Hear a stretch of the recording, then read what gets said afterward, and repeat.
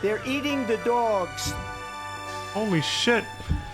Hey everybody, welcome back to another episode of Phantasy Star Online Blue Burst. You know me, always gotta check the soundboard and check in on the news. It's crazy what's happening these days, so... But you know, that's starting to become normalized, right? So... It's just, you know, Monday. That's all.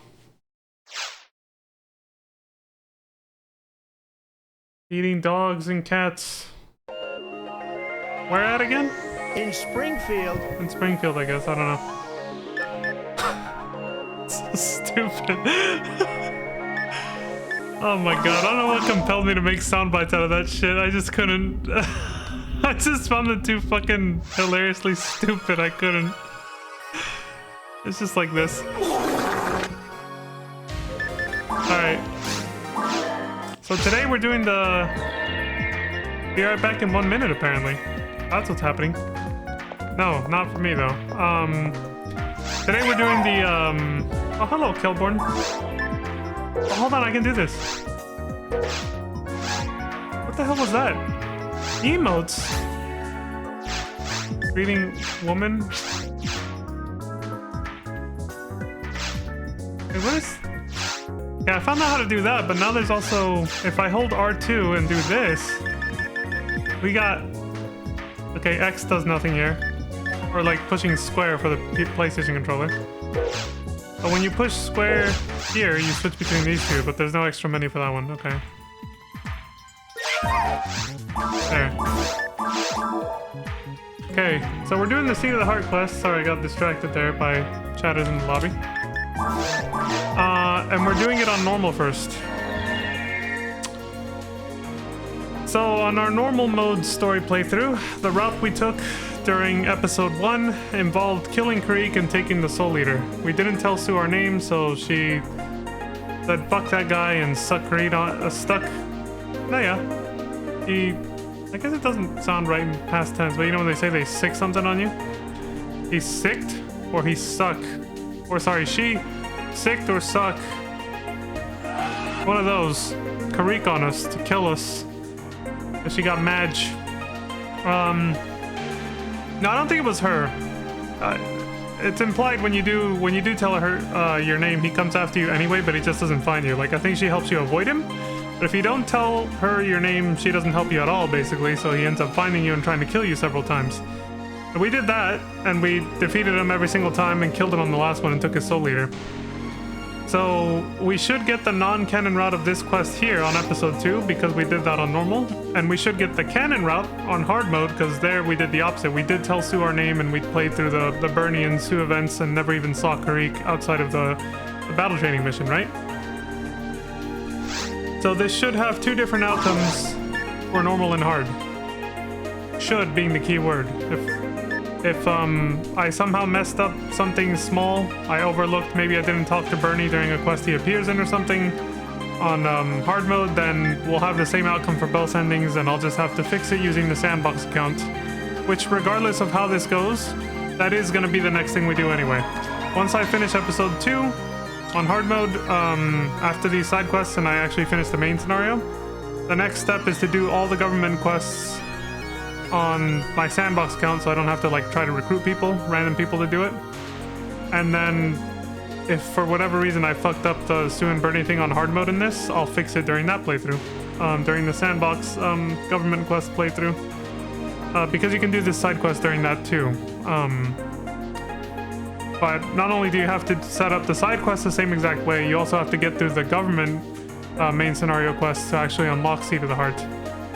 So I'm just going to use a sandbox account for that if I need to fix something. Okay, so anyway, this should be the non-canon playthrough. So this is, you know, we're just going to see what happens normally, basically, if you just do this quest without having done any of the other shenanigans in episode 1. So it's called Seat of the Heart. Can you do me a personal favor? The client is Ellie Person, our operator. No, Ellie. Arnold, not Dylan.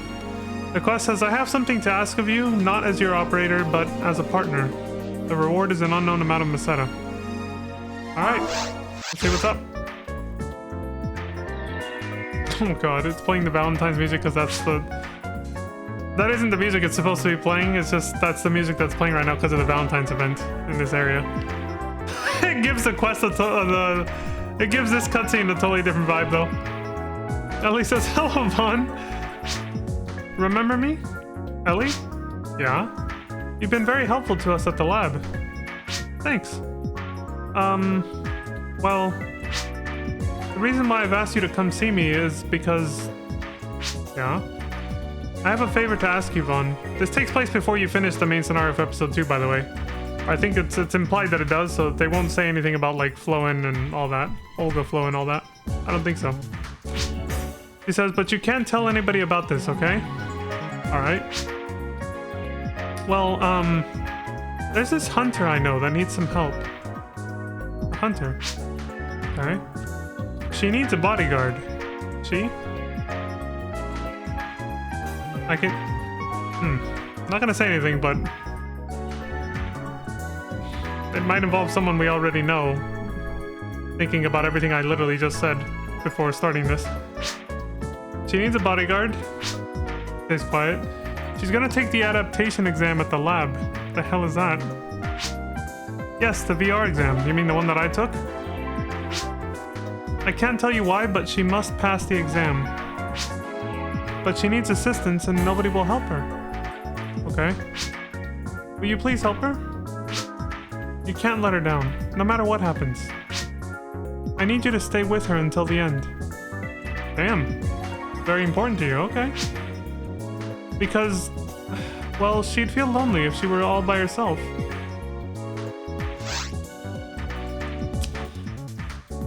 The more she keeps going, it's kind of like pretty obvious. Like, either it's a really close friend or she's talking about herself in the third person. I don't know what's about to happen, but yeah, you can count on me, Ellie. You've always had my back, so I'll have yours. Ellie says, really? Yeah. Oh, I'm so glad. I can't thank you enough. Oh. Hey, we don't have much time. It's about to start. What's about to start, you say? The adaptation exam. What else? The exam is designed for 2 people per team. I've already taken care of your registration, so we can start right away. Okay, are you ready? Let's head to the lab. You're not talking in the third person anymore. Alright, I like how it's denoted that it's locked when it's red. The glass on the door. Oh yeah, and if anybody's wondering why I didn't just do this... why I didn't just do this on my first playthrough of normal mode. This quest is because I heard from psoworld.com because they wrote a guide without spoilers, so I was able to, without too many, they only told you exactly what you needed to know. They didn't even say Ellie's name. They just said an NPC. Like, they kept it very spoiler-free, basically. They said that it's actually a very difficult escort mission. So I was like, I should probably be over-leveled. And I was like, how should I do that? Oh, we'll just play on hard, and then, you know. Looking back, I probably could have just done Toward the Future runs or something. Oh, wait, no, I can't on this account. This is the Deepa Loca account. The classic account. Okay, no, that's why, yeah, I did the right thing. I played on hard to over-level, basically, first. I was like, alright, well, and I talked about this back then. I was like, we'll play on hard mode first, over-level, and then we'll play the quest on normal and hard back-to-back, and that's this stream. So this was planned out weeks ago. Okay, so I can take these. It's too bad you can't use items on NPCs. Yeah, for this quest, neither you nor the person you're escorting is going to, is allowed to, like, die, per se. If you have escape doll, you're fine. Ellie won't be. Assuming she's the one we're gonna be escorting, which I think is the case. But as long as you have escape doll, if you go down, you're fine. If you don't, it's a mission failure. Just like if the NPC dies, basically. That's what I heard from the guide. And I also gotta open it just so that because I'm gonna follow it. Because I want to try to not die like 90% of the way through and have to start over from the beginning. Although I think it also implied that... I think it implied that there are checkpoints for this. Like, if you die, you can't actually start from a checkpoint, but I'm not going to count on that. I'm just going to try to not die, you know, on the first try the whole way through. So yeah. The offline quest walkthrough.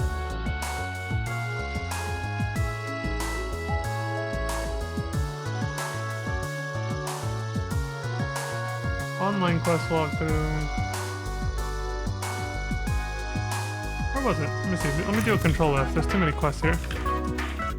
Oh, there it is. What category? Online quest walkthrough. There it is. Because this was a downloadable quest you had to get back in the day. Seed of the Heart. There's two guys on this one. There's just a normal one, and then there's one that says Seed of the Heart East Tower Control Tower Objectives walkthrough. Well, which one should I pick? Well, this is not something I expected. Here, let me skim through them both real quick.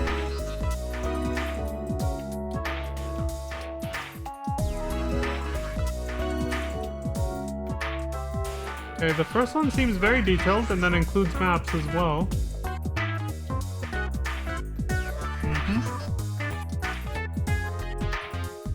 Alright.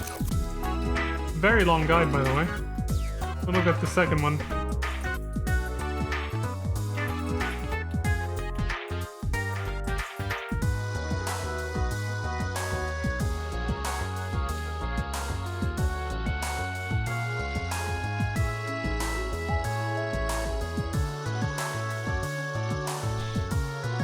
Oh, this is giving the preface on how to do it right for the canon playthrough. The second guide is telling, it has a recap of that.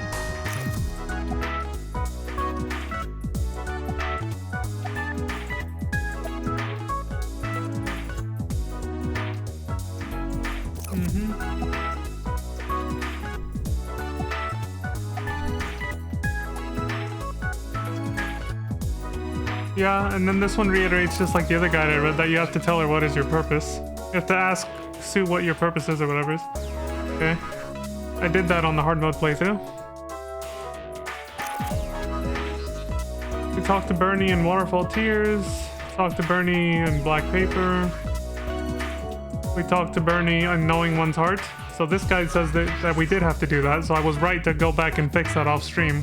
I took 2 days off to fix that because I fucked that up the first time. Because I followed a faulty guide. Again. And then seek my master. Yeah, we did that. Bernie's knocked out on the floor before you go into the flashlight-shaped room where the quest ends. A flashlight shape. I never thought of that for that room, but yeah, I guess it is.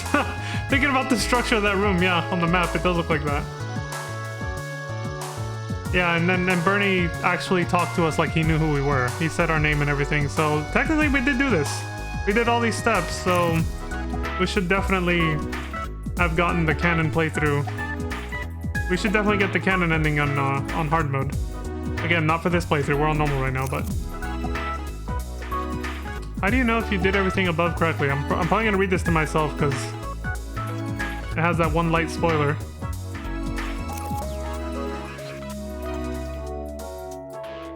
Okay. Okay. Nothing more than I already knew, but now I have better context of when I will see if I did it right or not. So that character will not appear this playthrough, because yeah. Okay.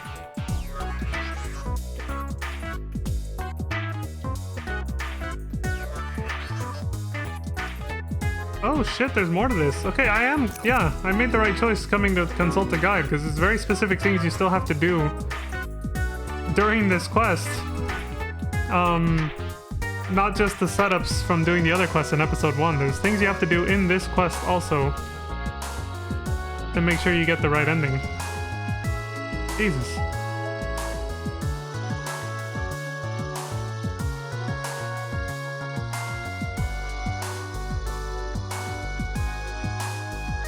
So even though this will not be our canon playthrough of this, I think I'm gonna follow this guide just to... It'll be like a practice run. Because I assume all these different choices I have to make are still gonna happen, even on this playthrough, so it'll give me some practice and context for the next playthrough where it actually matters.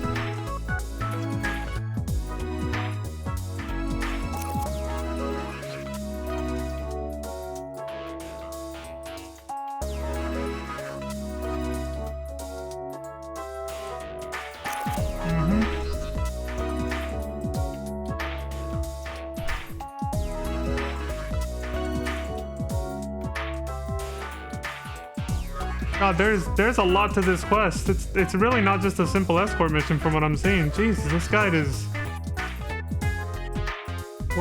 This is gonna be the whole stream. It's just these 2 playthroughs.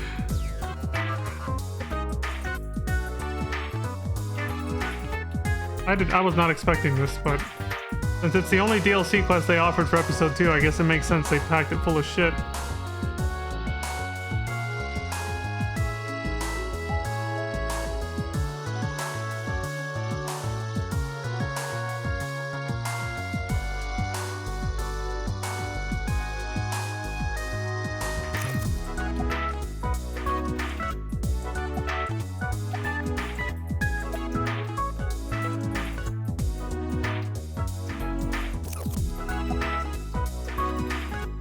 Interesting.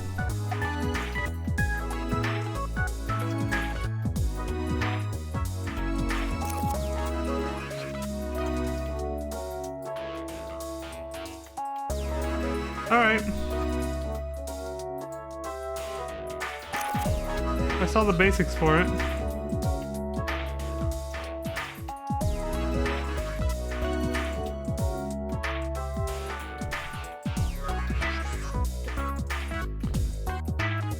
So there's actually like, it's a chain quest. That's why this guide is so long, because like this actually leads to new, or at least this guide seems to imply that we get 2 new quests that are sort of part of the same ongoing story, basically. One of them you only get if you're doing the canon playthrough, though. Yeah. So the quest is gonna be even longer on hard mode, basically. Wow.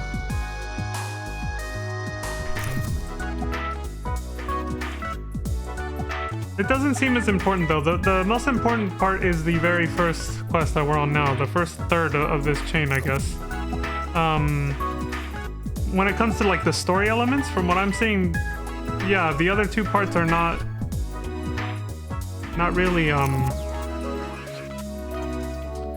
they're more for like bonus items and equipment, less story, basically. Yeah. Interesting. Okay, the only problem with this guide is it doesn't have the maps. So I'll go back to the other one.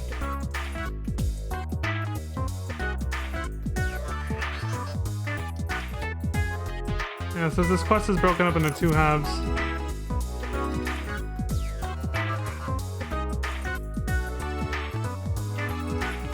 Yeah, it even tells me where I can save, technically, like a checkpoint. Okay.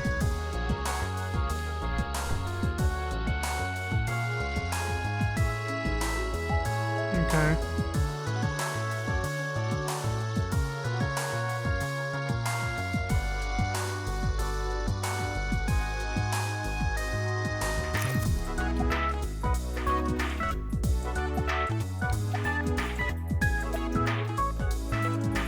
Oh, somebody made a summary too. It says if you don't sue your name in Dr. Oslo's research, which is gonna be this playthrough, the normal mode one. You go to the VR temple, the VR spaceship, central control area apparently. But something will happen differently there.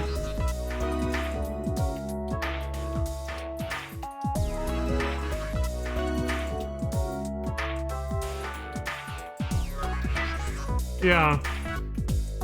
The route just kind of changes halfway through. That's interesting.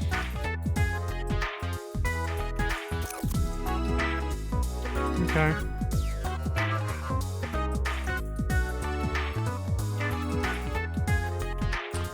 Here's some warnings that, yeah, there's new kinds of traps that are exclusive to this quest. They don't appear in the normal, like, main scenario. That's what makes it that much harder.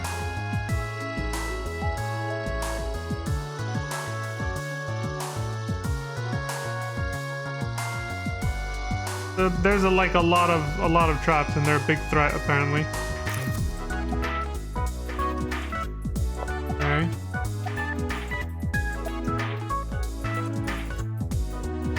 Exclusive yet difficult monsters featured in a certain area. Jesus. Depending on how this goes on normal, I might not even attempt it on hard mode if I realize it's gonna be way too hard. I don't know. We'll see how it goes on the first run. It's recommended that you do not attempt to play this quest until you can comfortably complete VR Temple. All the way to the entire game, the entire episode 2 basically. Comfortably. Offline on the same difficulty mode that you plan on playing the quest in, yeah. Well, as long as I keep my freeze protection, I'm pretty confident. If we're talking about, you know, playing the MSQ all the way to that point, like the whole game, yeah.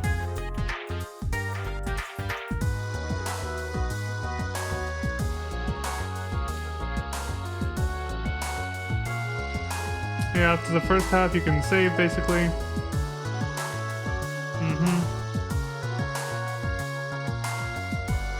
Oh, Jesus. That's a huge problem. There's an enemy that uses an instant death attack, and it's a projectile, and they do it on all difficulty modes. So they can just end your whole career instantly at any point in the quest if you don't kill them quickly. Oh, they really wanted this to be a very challenging quest no matter what.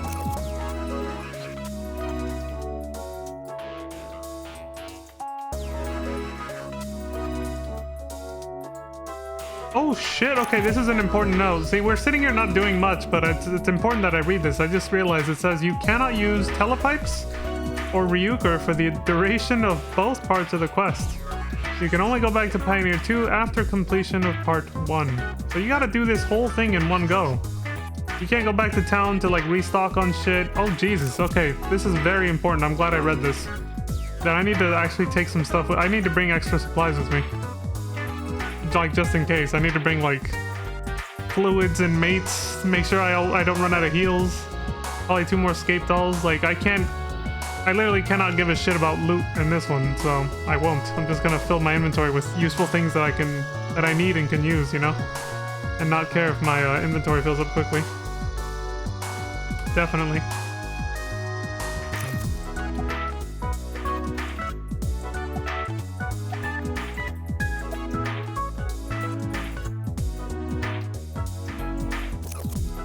Okay.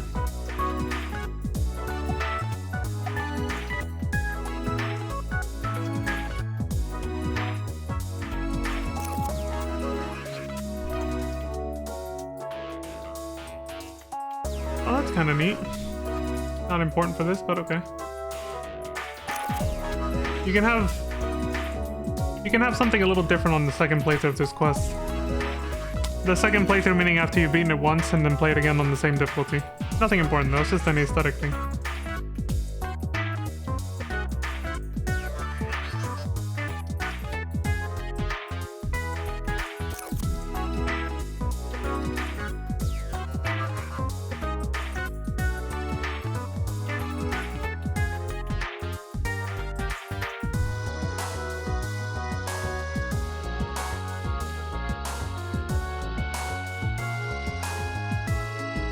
It reiterates just like the other guide that if you want the canon ending, you have to get it the first time through. You can't just beat all the quests and then redo it for episode 1. Like, you can't do that. If you want the canon ending to this quest, you have to do the Sue and Bernie subplot line correctly the first time. The first playthrough of whatever difficulty that you're planning to do this on, basically. So you have 4 chances to get it right. Normal, hard, very hard, and ultimate.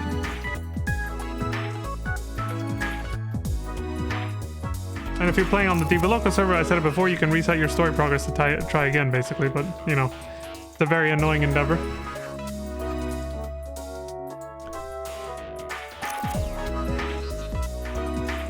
Complete these quests, yada yada. It's recapping the whole... It's important that I know this is taking a while, but I have to cover my bases to make sure I don't fuck something up, because that's literally why I had to take 2 days off to fix something earlier.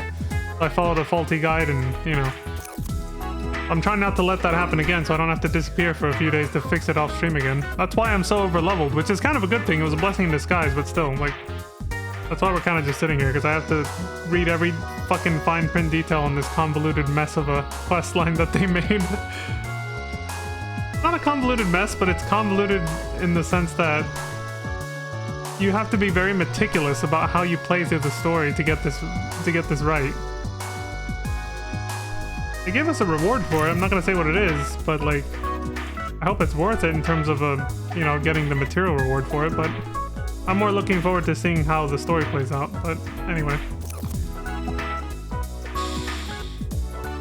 yada yada. Yep.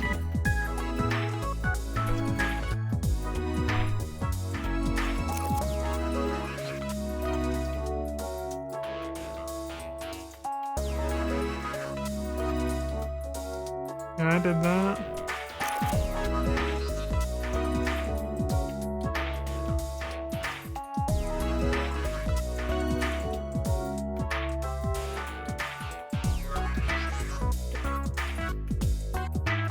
Okay. So yeah, this guide also says we had to ask Sue her purpose in black paper. Okay.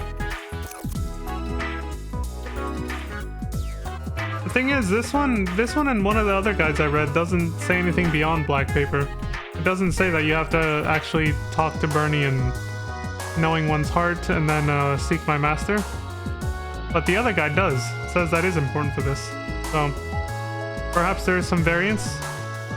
Like you don't actually have to do those extra steps. Maybe you do and these other guides are faulty. There's 3 different guides on this, so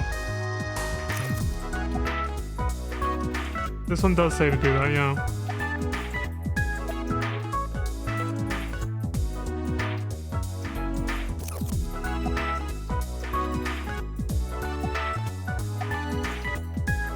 Oh, already.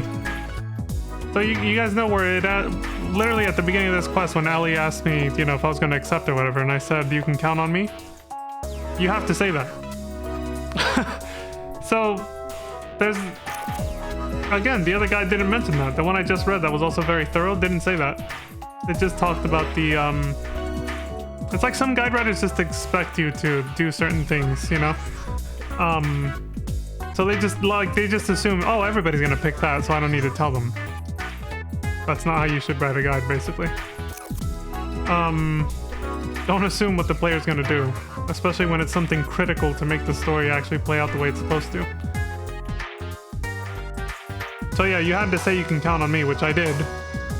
Doesn't matter for this playthrough, because it's the non-canon one anyway, because of the way I played episode 1's quest on normal, but still. Now I know for next time. This is the dry run, so...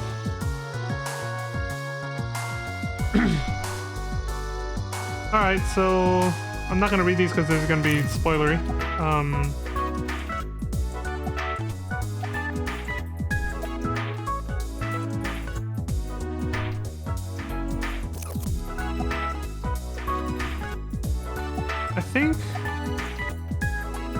I think I'm gonna have both of these open because they both seem to have very different details.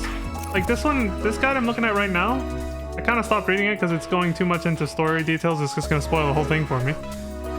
But the other one, it tells you how to answer certain answer choice prompts, so it kind of has to.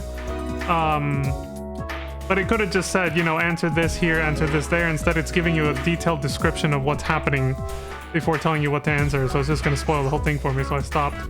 But the other quest, or sorry, the other guide seems to have not something about answer choices, but rather more like directions of certain paths you should take during the quest. So it's like, I'm wondering if it's the same thing or not. That's why I'm gonna open both guides and go like that. So let me open up the other one real quick and then we'll head in, because that's pretty much all that's left. Now that I've read the fine print on everything else leading up to this. Okay, so I have both versions of the guide open.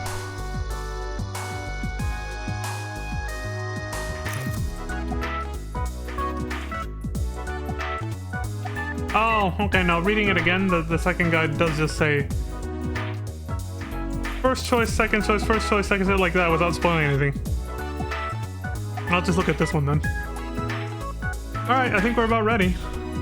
Sorry for the huge delay, but like I said, I want to make sure the practice run is good, so I'm confident about the, you know, I want to make sure the dry run goes well so I can ensure that the next when it actually matters, you know, on hard mode, I get it right there too. So again, obviously things will play out a little differently here because it's not the canon playthrough, but most of the quests will be more or less the same. So I'll have most of the same choices to do.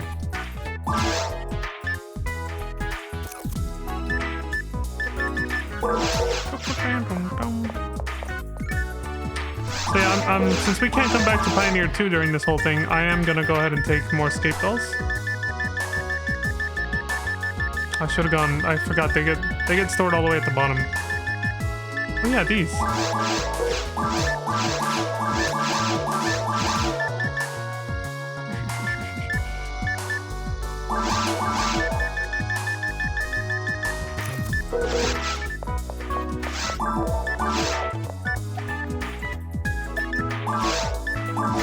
Sword. Alright, I think I'm gonna take fluids.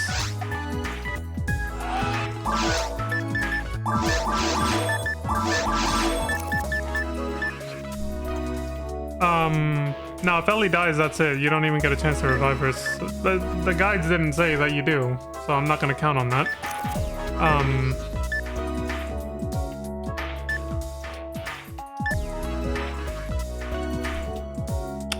Soul atomizers should cover it, but there are a lot of traps from what I read, so never hurts to bring extra shit.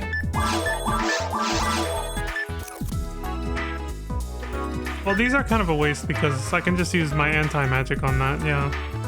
If I'm paralyzed, then I can't even... Yeah, actually, that was kind of a waste. I only need these. Because anti-paralysis, I can't use any magic, including anti, so... So this is worth it, along with soul atomizers, but antidotes, that was kind of a waste. Oh well. Can't use telepipe, so why bother? Probably not a bad idea to bring trap visions, based on what it said. Okay, let me see.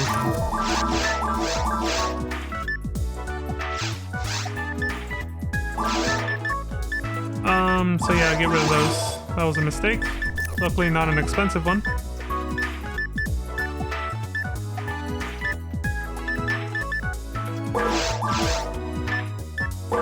Okay. Ready as we'll ever be. Get out of here.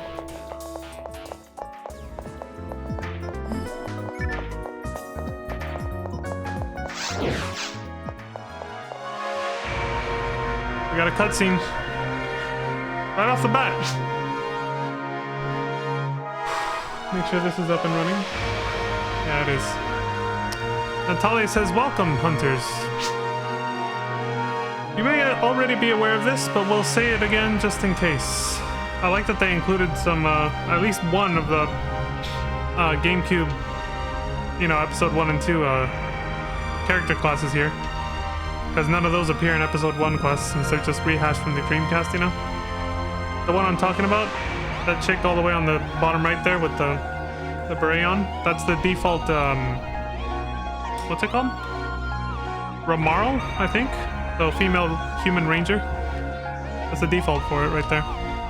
Natalia says, "You may already be aware of this, but we'll say it again just in case. The Pioneer 2 lab will begin doing its own research on Galdeval. Yes, the island which we just recently discovered." Okay, it's tying into main scenario. "About our decision, we determined that the research that could be done outweighed the risk. In order to carry this dangerous task, we need very capable hunters. The principal is well aware of previous mistakes Pioneer 1 made." Okay. That's what the back of her jacket looks like? It's fucking weird. It's a weird color, I didn't expect that. "The research will take place in an isolated area to minimize risk. The purpose of this adaptation exam is to find qualified hunters.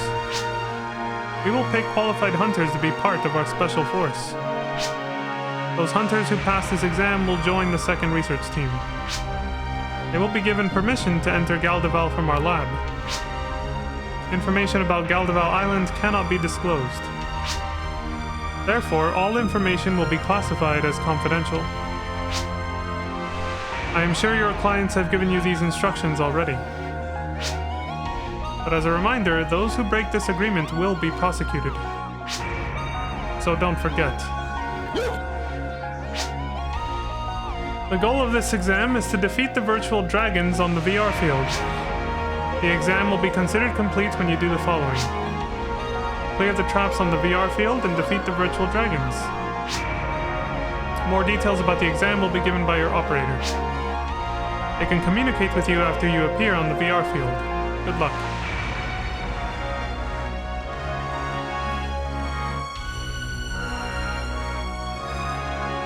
Interesting. Is that it?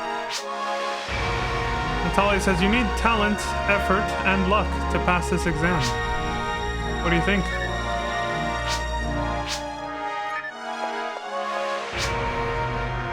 Please select the menu you'd like to view. Exam objective.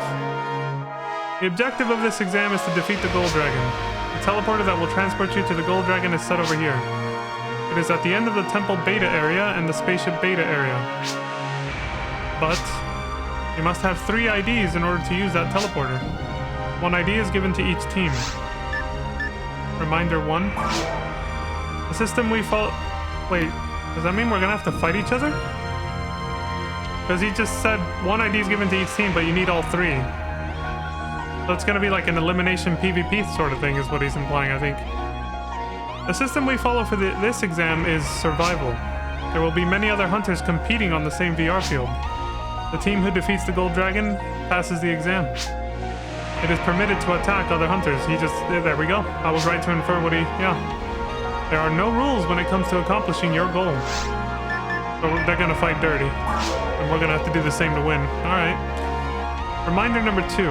This exam is designed this way to increase the challenge. So don't let down your guard during the exam.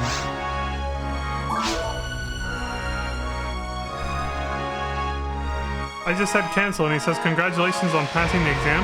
I know you gave it your all. I think they fucked up the script there. It's like, dude, it hasn't even started yet. What are you talking about? Like, what? What the fuck?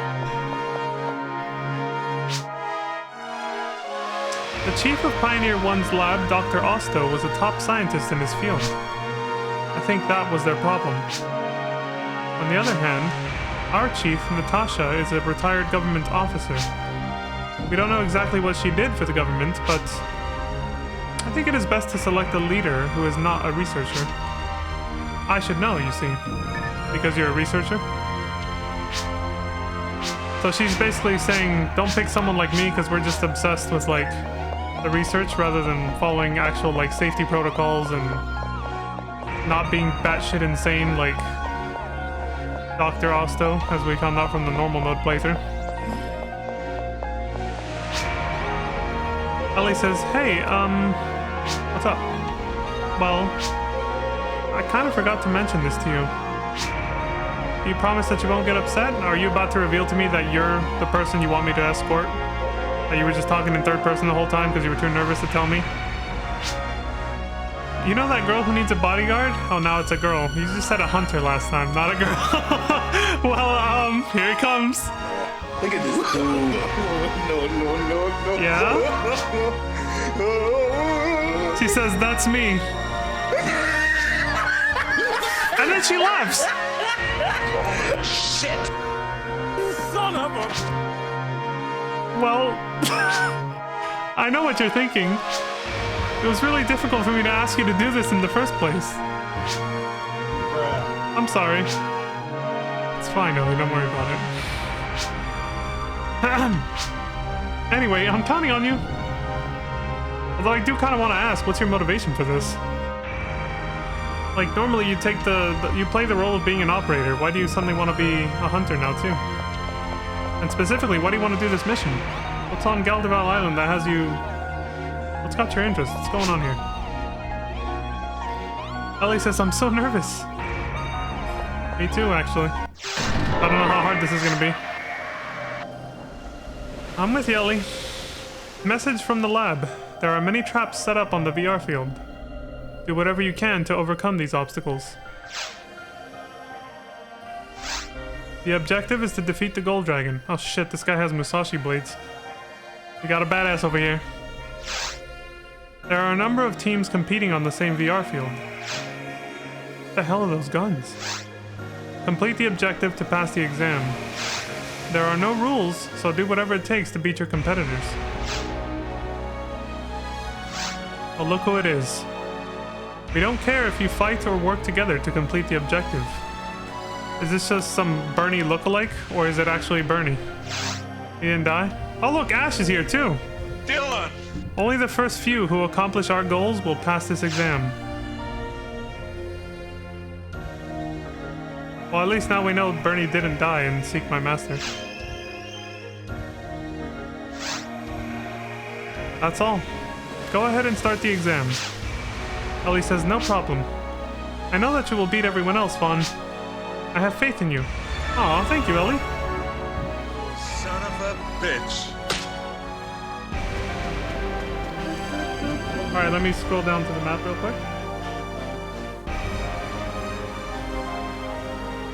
Oh right, this is another reason I have to have both guides open anyways, because one of them has a map, the other one does not. Okay, VR Temple Beta. We start there. Since I obviously can't... Well, I can stock up my inventory, but like, since it's not my goal to try and collect loot, I'm just gonna follow the... There's not many optional paths from what I can see anyway. But I'm just gonna follow the line, the little dotted line straight to the objective, basically. The map's not enough, though.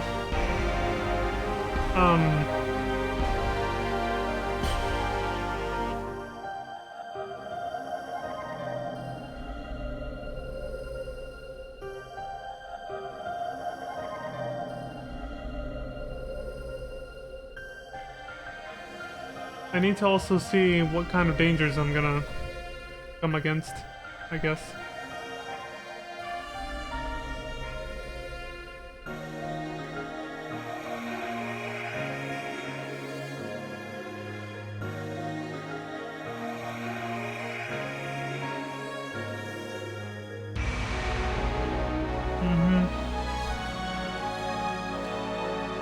Blah, blah, blah. Okay, so neither one really tells you much about, like, how to get through this. They just kind of warn you that there's a lot of traps and stuff, and then one gives you a map.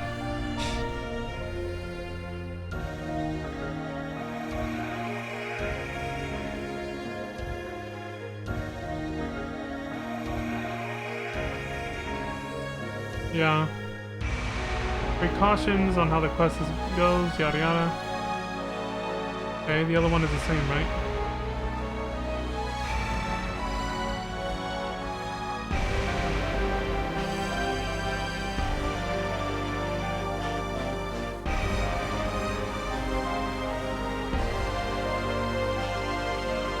Oh, okay. The tedious part is actually after the VR stuff. I see. It's the second half of the quest, which will have a checkpoint for that. Okay. For now, just basically... Neither of the two guides tells you much about the VR section. Just, you know, don't die, basically. That's it.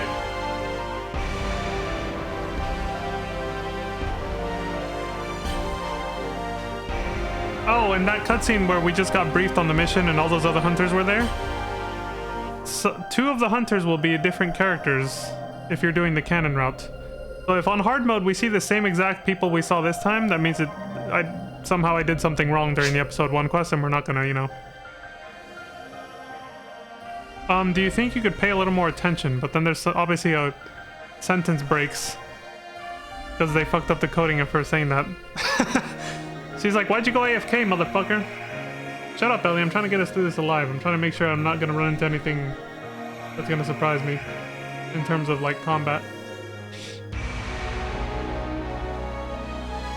Okay, so this is for the second half of the quest, and I don't have to worry about it now.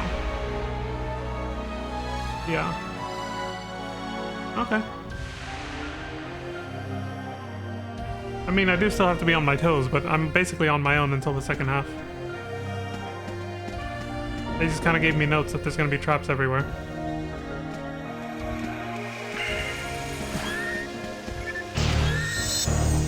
Oh, good job, Ellie. At least you can kill these guys like they're nothing. With their pistol, man.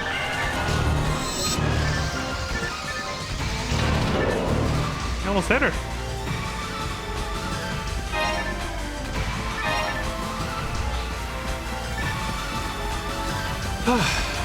So she said she requested this not as an operator, but not as my operator, but as my friend. I remember that much. I guess we'll see how that comes into play later.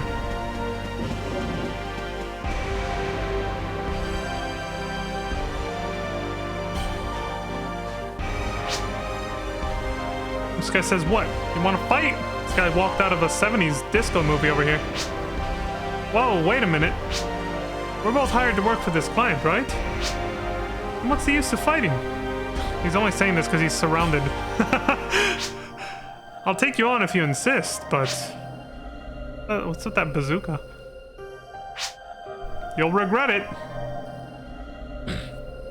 He just shot him. Surprise, motherfucker. Wow, he just one-shot them both. Reporting the progress. There is a battle between hunters in Area B. 2 deaths confirmed. They failed the exam, sending them to the lab. This is virtual reality, so we don't actually die, you know.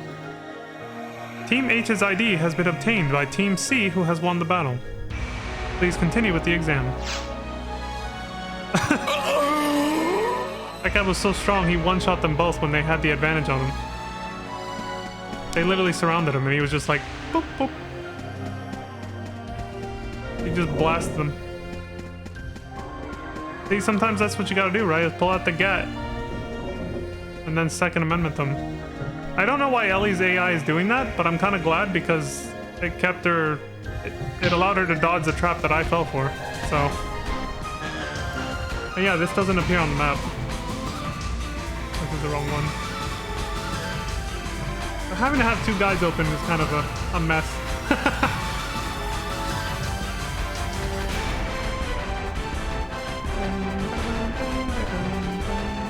Yeah. Okay. Yeah, I'm on my own with the traps. They're not gonna tell me where they are, unfortunately. Oh right, I'm not on hard mode.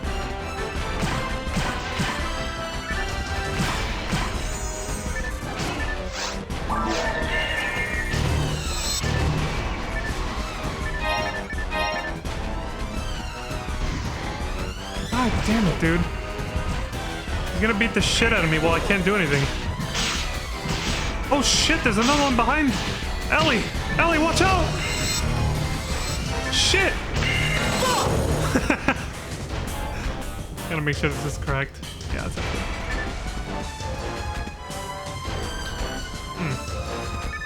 Jesus, man.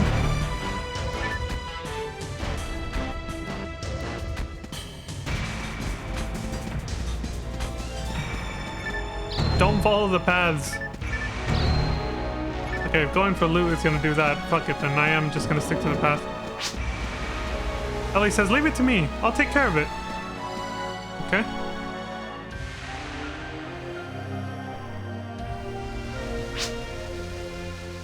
This guy says, lately your father has been the talk of the town. I'm sure you're being manipulated. As a soldier, I can't let that slide. Well, we got drama between 2 NPCs we've never met before. She says what? She's the default ranger model that I was talking about. Female ranger was added in the GameCube version. That's why we didn't see one of these in variants in episode 1. My father has no control over me. You guys are the ones who obey without questioning orders. Excuse me. Talk about mindless. You have no business telling me this. He's like, we can settle this shit right here. Oh shit! Surprise, motherfucker. Dude, I was just about to comment on how she's holding it sideways. She's holding it sideways like I did in that clip where I was just like, get to fucking shooting. She holds it the same way. Damn, her teammate just showed up and blasted the shit out of him. She says, you aren't as good as you say you are. Guess you've been messing with politics instead of honing your fighting. Oh! You should be more careful with what you say next time. Damn. Adding insult to injury to this poor bastard.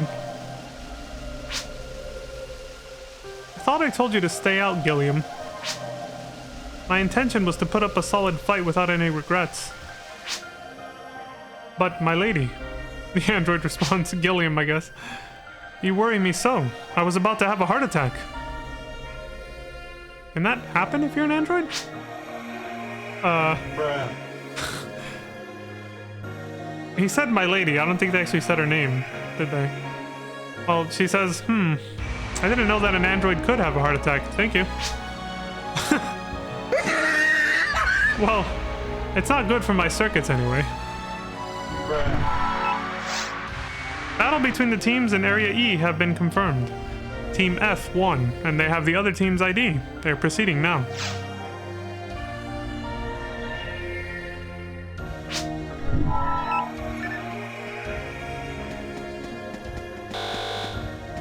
Oh, now we're trapped inside. Okay. That guy looks like Rakton. What? Ellie says, ah! We can see another team heading over there. Oh, she actually points them out. Yeah, there they go. I wonder which team that is. Well, we can't let them beat us. Let's go. Staring right into the goddamn sun. It's just like, Jesus.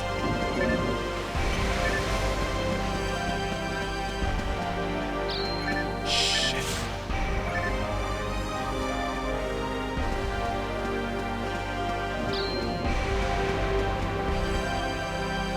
Okay, the timers are generous on these.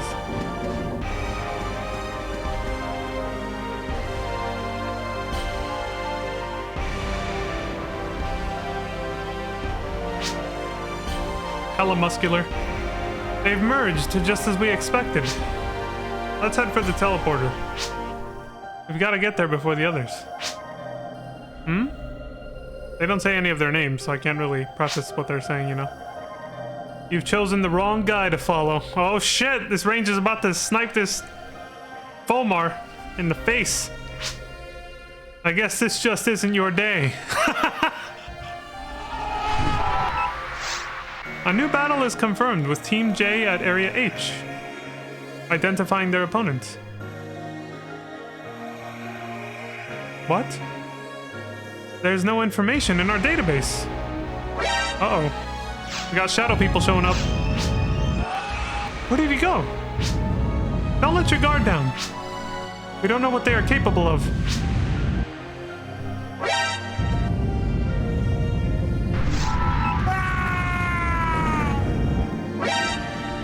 An outside energy field has been detected in our VR program. This is... There they go. They just got blown the fuck up. Damn.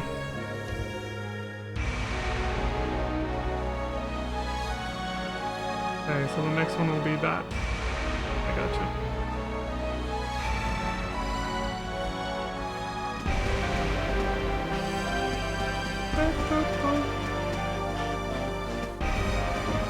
We just saw all that shit. Okay, what do we do here?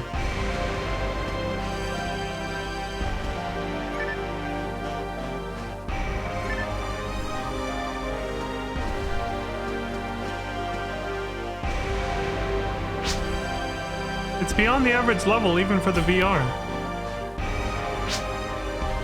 This is Ellie talking. But these numbers on the field indicate... Surprise, motherfucker. Thank you, Ellie.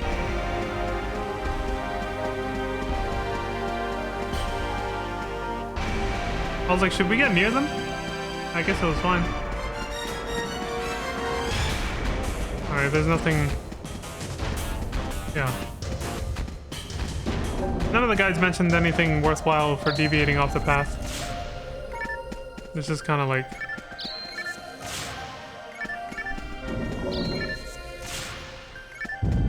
Holy shit, dude!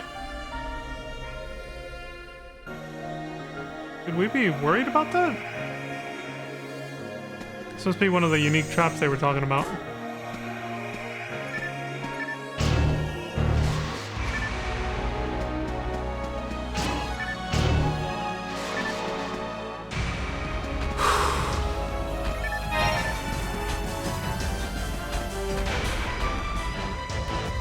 how close I can get to that shit.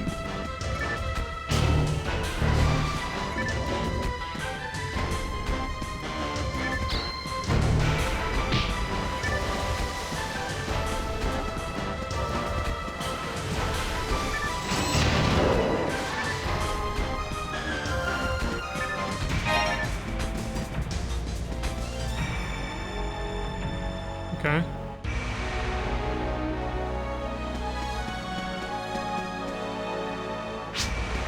That's them again. Yeah. We got the drop on him, Ellie.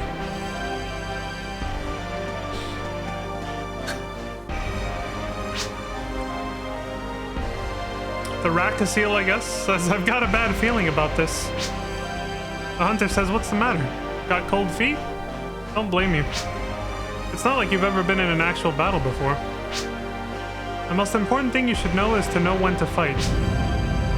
Can you hear that? Stop joking around.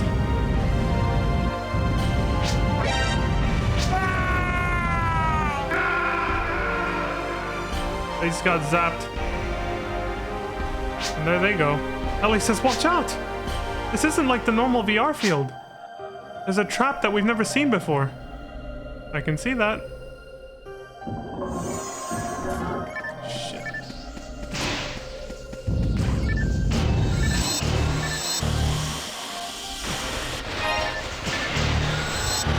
How the hell are you supposed to see that coming? Seems like it didn't hit us though. We're fine for now.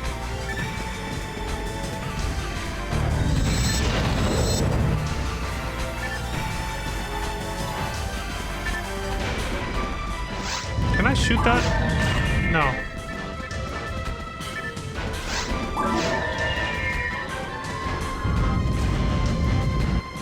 This is insane.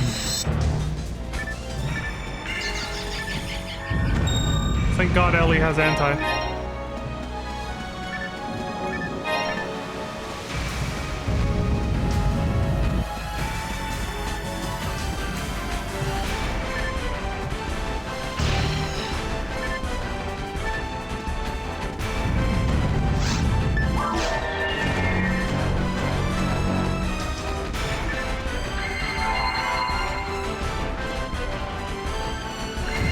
There we go. We're topped up.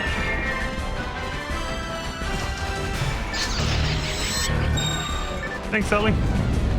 Shit. Okay, so you get a little AoE marker wherever that thing's gonna land. Shit.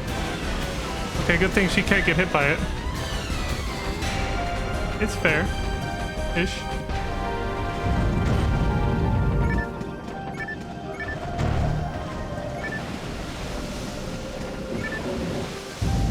Come on, hurry up. I can't stay in one spot. Oh, fuck. Jesus. Yeah, it's the one we saw in the sky that I couldn't shoot. Yeah, at least that... I can get fucking donkey punch, though. I was gonna say, at least that lightning bolt of judgment... That fucking lightning bolt of Zeus's from Mount Olympus can't get me, you know... Or I got lucky enough that it didn't land on me while I was inside that other trap. I don't know if it can hit you.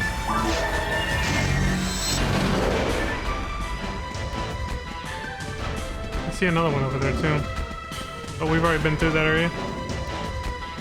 Okay, this is... Well, according to the map I'm looking at, going this way there's nothing, so... That's why. Okay. They didn't even bother putting that bridge in the map. Something else is gonna happen over here though. We just came from there, yeah.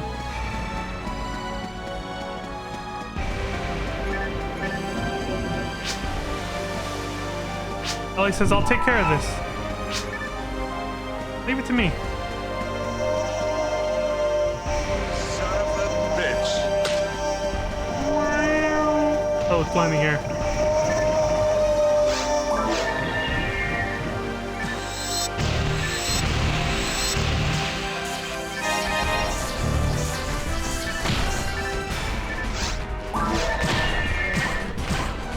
asshole.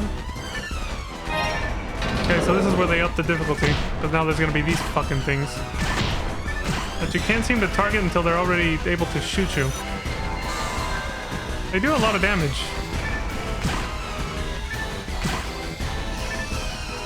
Okay, so there just isn't one there. Considering the difficulty I'm on, I mean...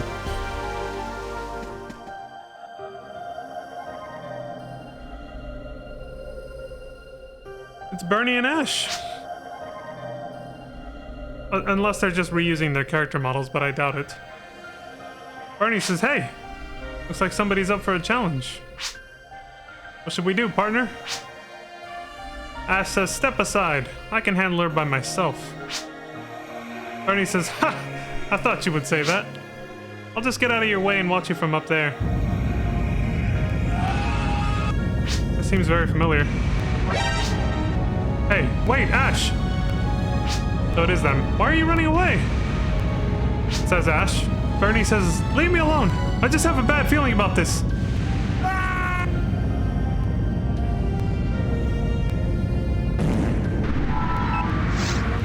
Unidentified force has been detected in Area L again. It's interfering with the VR field system. There is an outbreak of high energy out on the block by Area L. Normal phase energy level in Area L cannot be maintained. Emergency, emergency. Energy field is expanding. If it keeps up at this pace, the whole VR field could collapse. What? What the fuck? That's a problem. Ellie says, wait! There's a signal from the lab. What the hell is happening? Emergency report from the lab. A high-level output has been detected on the VR field. Some areas have been reported to reject access to the lab on the field. The VR field has begun to collapse. The safety of hunters who are on VR exam cannot be guaranteed. Those hunters are in danger. The exam will continue, but be warned. There is an unexpected problem. You are advised to leave the VR field. I repeat, a high-level output has been detected on the VR field. Ellie says, look! The virtual registration figures on the VR field is increasing, or are increasing. That means something is causing the VR field to become unstable. And...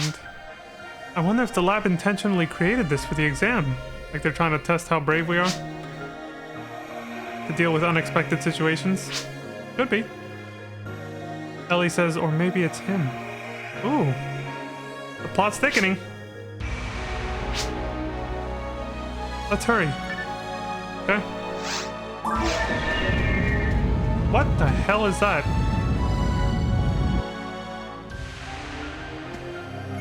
Oh, okay. That looks problematic. Doesn't hit them though.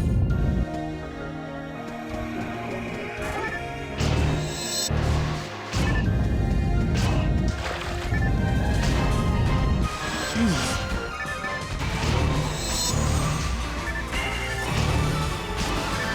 This is gonna be a problem on hard mode. These guys won't just die in one hit, you know? So... and then I have to deal with this shit. Oh wait, the other pillar stops it? Hold on, I need to test this. Or does it just happen to stop short there? Damn. I think it deactivated because of the battle's over.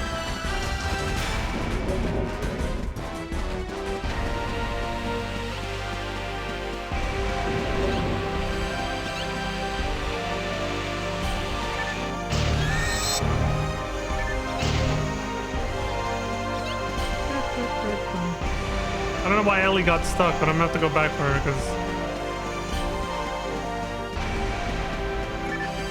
What you fools waiting for? Like CJ trying to tell his gang members, you know?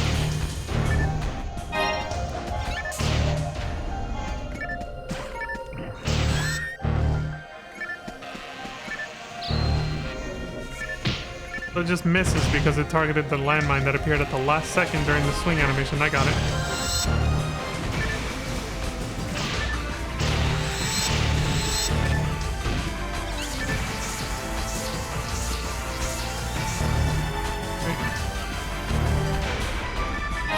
Like I said, there was Meseta, so... There. Well, I don't know what the red smoke does, but so far it's been okay. Ellie says that's all I can do, but... I'll do my best. I thought I had to push X to, you know...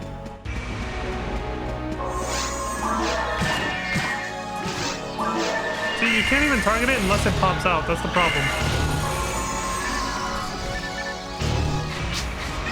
Okay, she can actually get hit by those.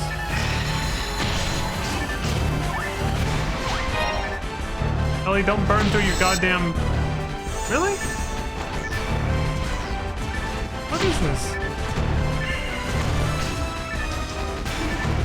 That's horrible.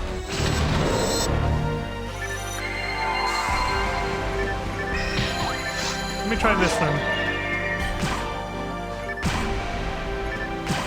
Come on. Yeah. That's the best way. Not like you have to destroy them, but if you want to. It'd probably be best to destroy at least one. They can fight in that corner against all the other monsters or whatever. So. Ellie says, "Ooh, we finally made it to the teleporter to the next field." Excuse me. But this field seems dangerous. Let's move on. Alright. Ellie says, just once. I just want to see him once.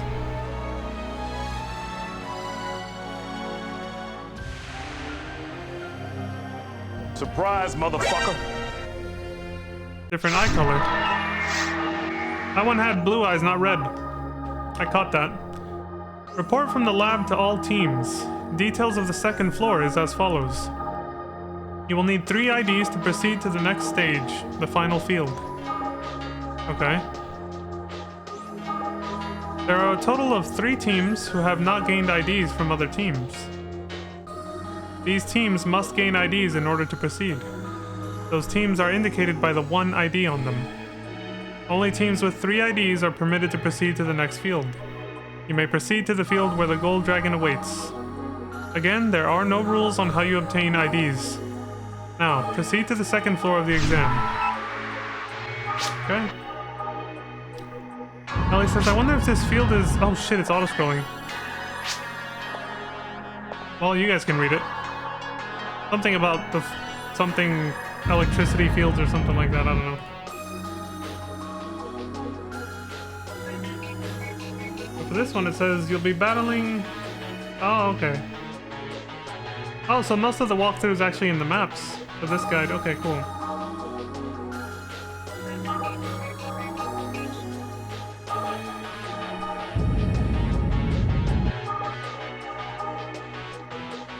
Whoa! What the fuck? Okay, I have Monomates, Dimates, and Trimates set up right there. 3, 4, and 5, okay. When doing PvP battles, I'll heal our enemies with Resta, so I'll have to use those to heal. So that doesn't happen.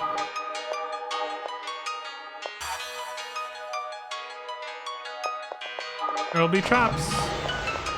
Hit piggies. Tarini.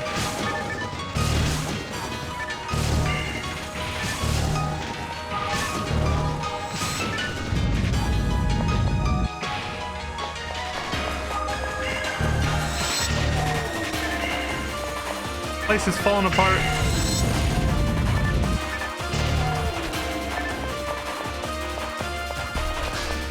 You get AoE markers when an explosion is gonna go off at least.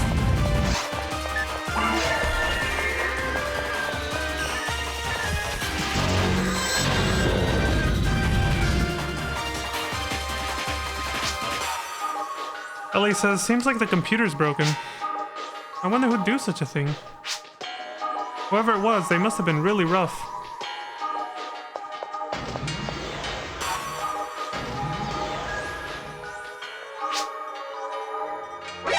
Don't know why she ran ahead, but now she's locked out. Vaughn, are you okay? Fuck! Vaughn says, Surprise, motherfucker. the female hunter says they weren't kidding when they said there were no rules for this exam. Maybe you took that too lightly. Her partner, the male ranger, says nothing. He says the one with the larger army will win the battle. That's the basic premise in the art of war. Of course, it doesn't matter to those who are about to die. You bastard! Son of a bitch! It's a 2v1. Alright, I've done that before. What? It can't be! This can't be! You suck! 2 hits, 2 kills. Reporting on the progress. Battle in Area U has been confirmed. Team E has won and they have another ID. Total ID count for Team E is now 2. When did we get our first one? From watching those other dudes die? That was our first actual battle. Ellie says, are you okay, Vaughn? Yeah, I'm fine. They were scrubs. Retrieve! Huh? What? What? This voice. Are you... Cal? It's her AI boyfriend. But is it this one or is it the other one? The one with the greenish blue eyes. I repeat, retrieve immediately. Ellie says, Cal? I guess I'll say the Fomar says, your existence is dangerous for us. Oh shit.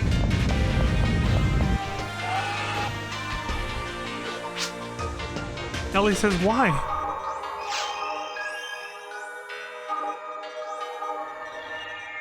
So she signed up to do all this because she wants to actually see Kalis, like in virtual reality, maybe? That makes sense. I mean, she is obviously still in love with him. That is a nice way to date an AI, too, with VR, right? Because then you can actually interact with him. Makes sense.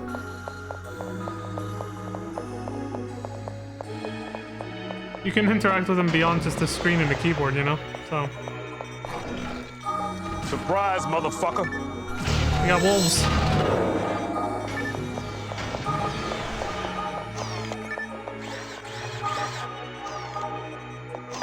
Ellie's working on this. He says, what? That's weird. I'm sorry, but you can't cancel the input. Okay, so what the hell do we do?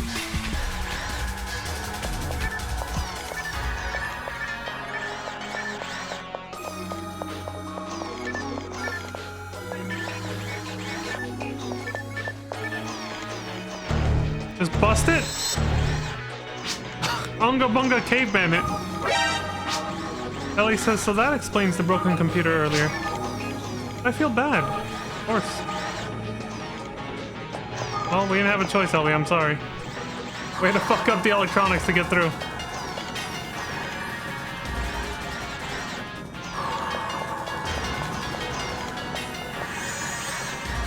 Oh, shit.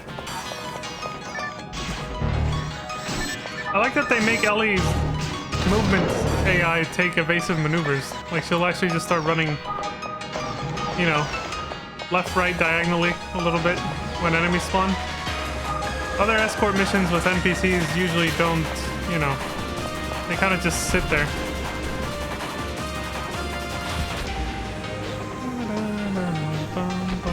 Oh shit, we got a badass over here. Surprise, motherfucker. Why do we have to go through all this hassle just to find the exit? This unknown purple ranger over here. I can't believe the field is having problems. I better move fast or my life will be in danger. It already is, motherfucker. This hunter says, hey, how's it going? Even though there aren't any rules for this exam, I just can't fight another hunter just to get ahead. What is it? I think he saw us. The dude with the gas mask. Monsters! Monsters are coming! The hunter says it's inevitable. This is planned. Alright, get ready.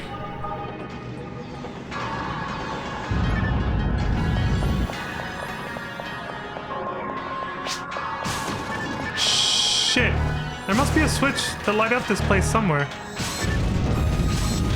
She's gonna keep shooting all the enemies that I keep trying to hit.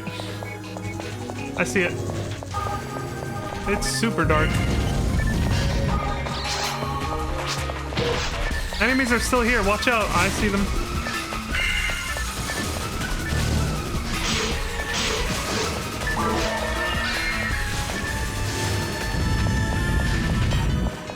Shit.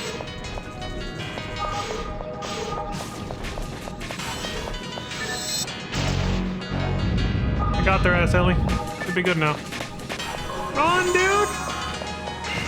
Those guys spawning there almost got me hit by that explosion trap.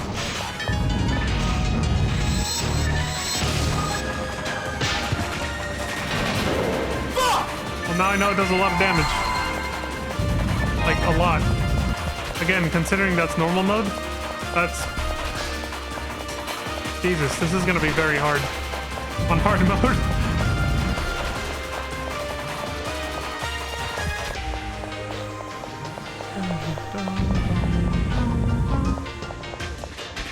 What's up, dude?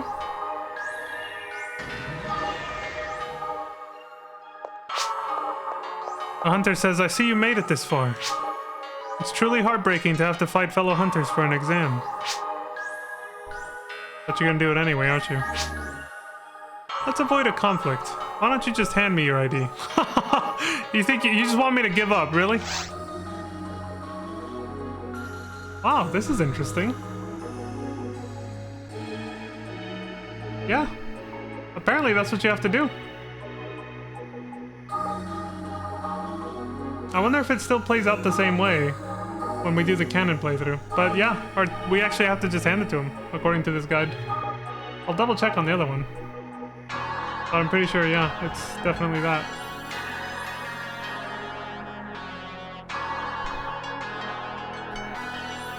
Uh-oh, we got a discrepancy actually. This one says not to. Now which guide am I gonna trust for the second playthrough? God damn it, dude.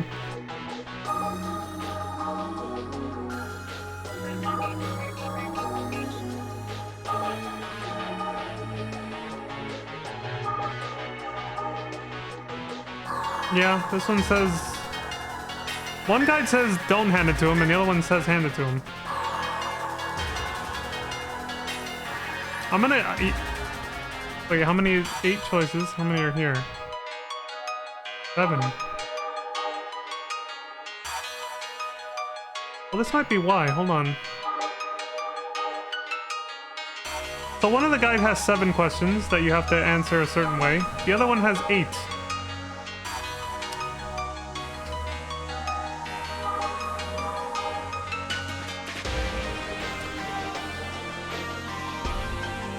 I think...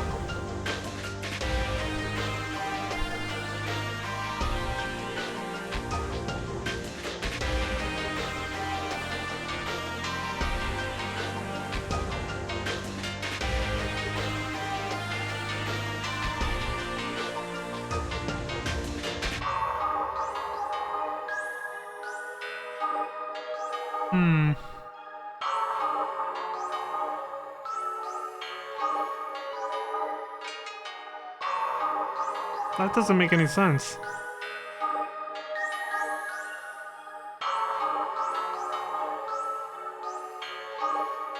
Yeah, this doesn't make any sense. Why?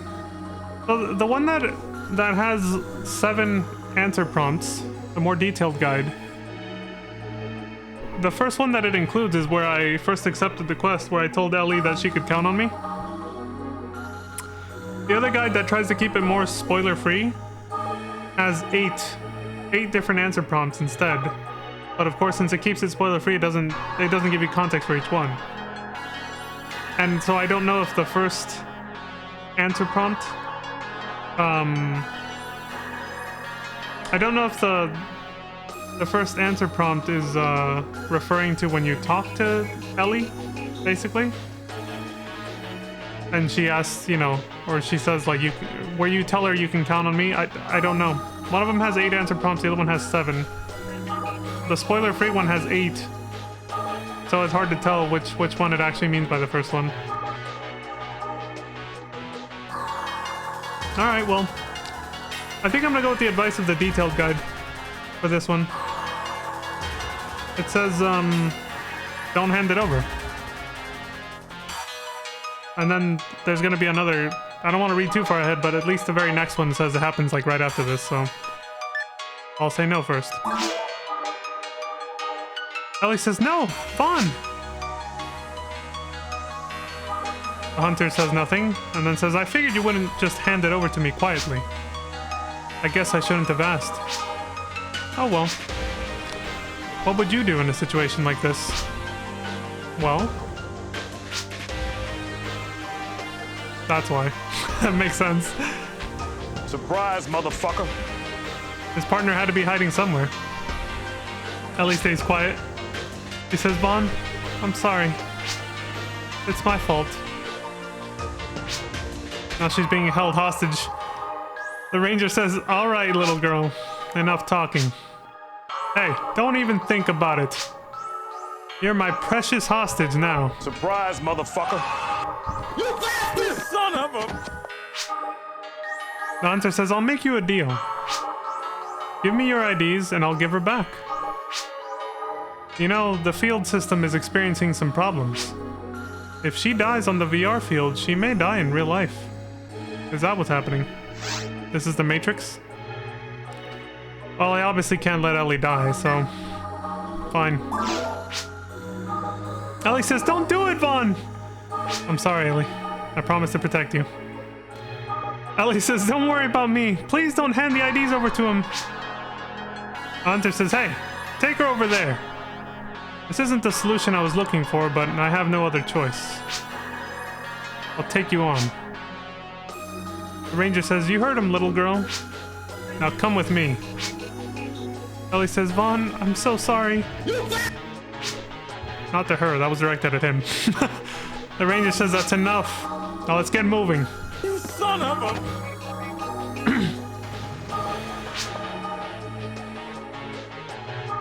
The hunter says, you're gonna regret not handing over those IDs. I mean, I chose the option to give them to you. But don't blame me. He says, Hunter, don't hold back now. I wish it didn't have to end like this. That makes two of us. You seem like a good guy. You suck! He says, maybe I underestimated you. Yeah, you did. Looks like you deserve to pass the exam. Hurry and go get your partner. I hope it's not too late.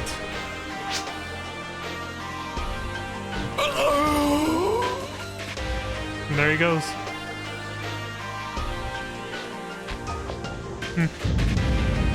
Oh shit, the traps are active again. What the hell? Oh, the electricity. Right, I can't just ignore that. Jesus, Jesus, go, go, go. Well, they locked that door, so I have to go a different way.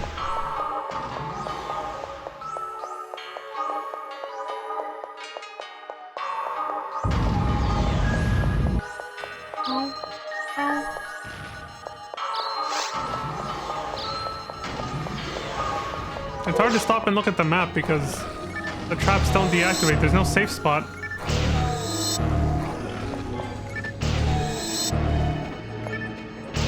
Thing is, I don't know which guide is actually correct now. One of them says... Well, I guess I'll just follow the detailed one. I mean, on the second playthrough, it's not going to be much of a spoiler anymore at that point. But I just have to hope that one's the, you know, the one that's actually telling the truth. So, to put it into context, the one that has 8 answer prompts... Okay, I get a bit of a break here, so let me explain this. The one that has 8 answer prompts says, for the first choice, hit the first choice out of the 2. The second time, hit the first choice. The third time, hit the second. Assuming talking to Ellie when you first accept the quest is the first choice, that would make sense. That lines up with the other guide. Because then you hit the first choice, you can count on me. The second and third time, the second and third answer choices were right there. Where we said, you know, No, actually, no, that doesn't make... No, yeah, it doesn't line up. That was the whole problem with it. Yeah, because the detailed guide says the first conversation is when you talk to Ellie and you say you can count on me. Answer number 2 is the one we just saw there. You have to reply with don't hand over the IDs, which is the second choice, not the first. Whereas the other guide says hit the first choice. And then answer number 3 is to hand them over once Ellie's life has been threatened, basically. To hand the IDs over.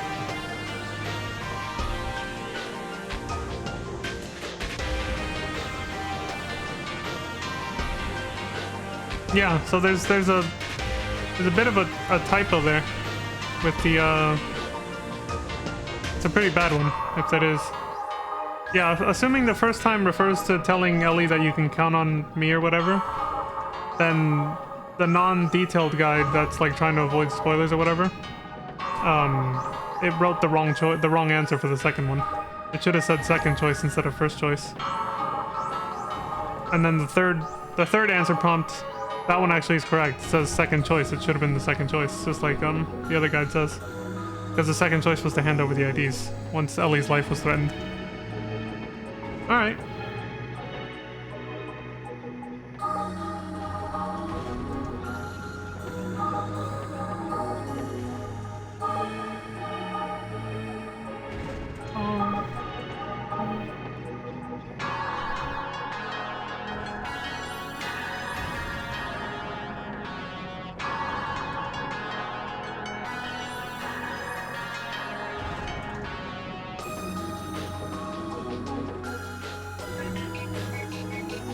Okay.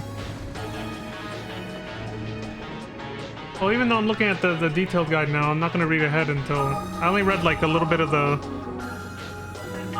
enough of the fourth choice prompt to know that we won't have it for a while. It's pretty far off, so I don't have to look at that anymore. I can avoid some spoilers for myself. And go back to just looking at the map again now. Alright, that makes sense.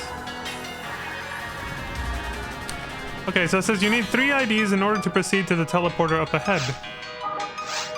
Please insert IDs into the terminal in this room. Total ID count for your team is 2. You need another ID.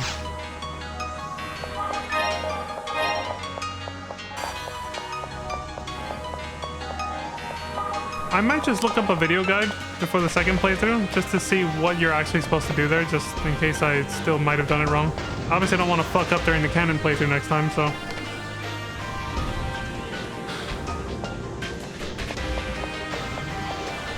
I'm sure there's a video guide on it.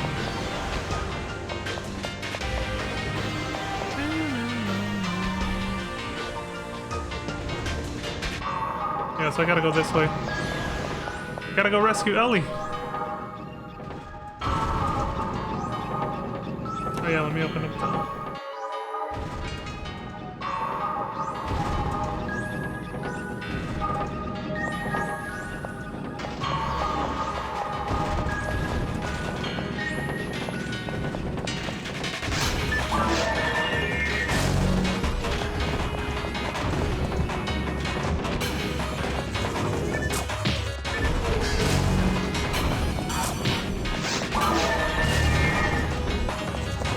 I wish they could get hit by the traps, but they can't. Move, asshole.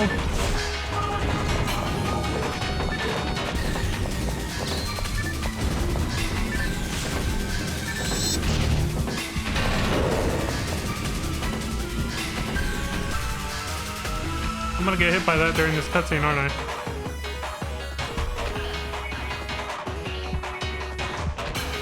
What did you do to Ellie, you bastard? The ranger says shoot. You wouldn't have gotten hurt if you had stayed still. Surprise, motherfucker. So she struggled and he beat her ass. The Fomar over there says, Ellie! You! Get away from her! You son of a... What? Who do you think you are? Says the ranger. How did you get in here? That's the one with green eyes. Different hair color, too. Omar says nothing. Get away from her! Son of a... Oh, you're about to get destroyed. You messing with his girl. He says, What?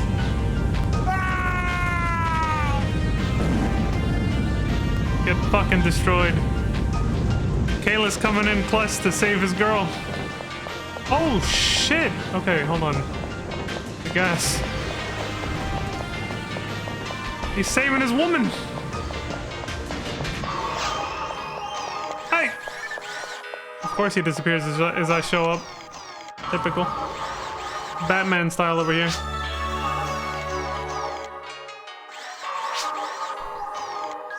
Ellie says, oh. Cat. Oh. Well, she's coming around at least.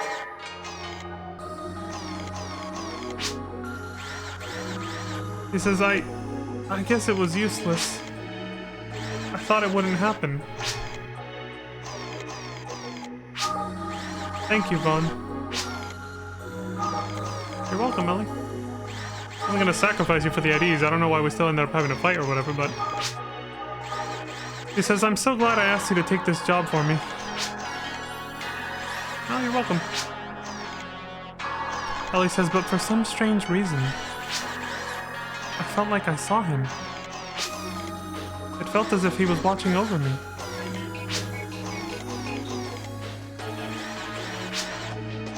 Oh, I'm sorry. That man we met earlier sounded very similar to someone I'm looking for. Even though I never met him in person.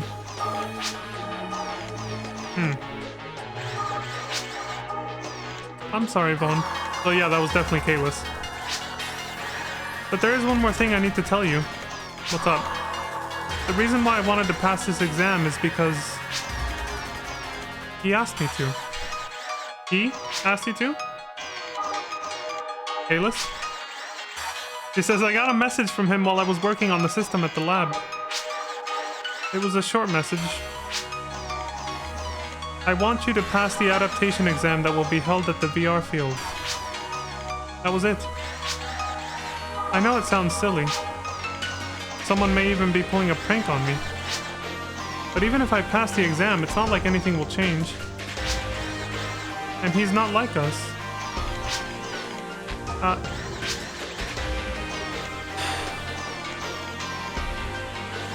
It's almost like some star-crossed lover thing, isn't it? He wants to be together with Kalis, but part of her feels like she can't because he's an AI and she isn't. He lives in the cyber world and she doesn't, so... He's ruminating about it. He says, well... I'm just a bit tired. But I'm okay. We got all 3 IDs and we are so close to completing the exam. The teleporter should be nearby that will take us to the next field. Let's head out. Okay. If you're sure... Oh my god, we gotta go. Jesus.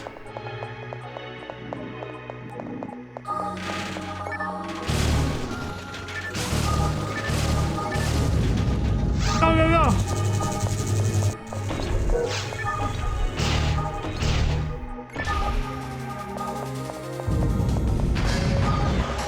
Shit.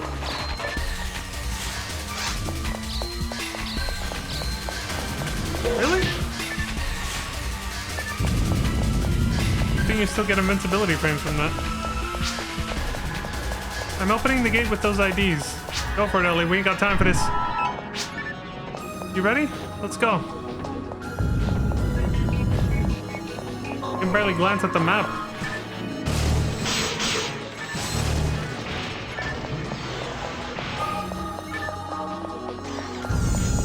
Well, based on how she reacted towards everything that happened just now, I think I made the right choices. So it looks like the detailed guide is definitely more trustworthy than the non-spoiler, or yeah, the non-spoiler one, I guess. But I mean, that shouldn't be a shock, right? Sweet, I can still block while I'm frozen. Because blocking in this game isn't really blocking, it's just your evasion, basically. So it just works out that way thanks to that.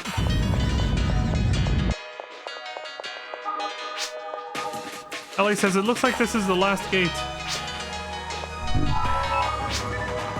Okay. You got it.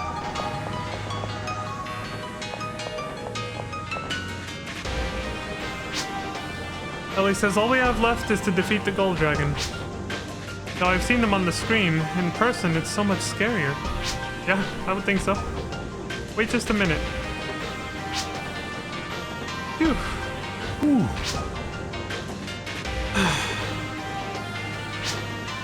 Okay. I'm alright. Let's go. She had to get her shit together. Confirming the program for the final field. Here it comes!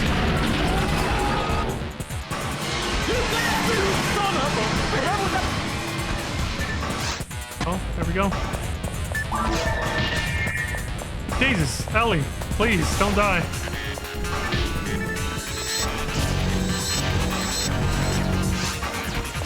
There was no way I was gonna get out of that in time.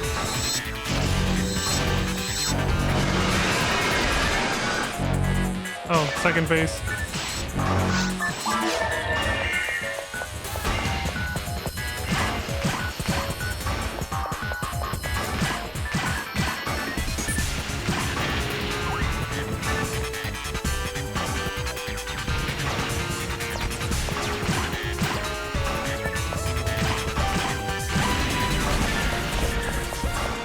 I'm gonna kill the fake one because he can do a lot of damage, so it's worth it not to ignore him. Yeah, it's an easy kill, might as well. He dies quickly, but he can do a fuck ton of damage if you don't get rid of him, so. His attack power is like the same as the real one.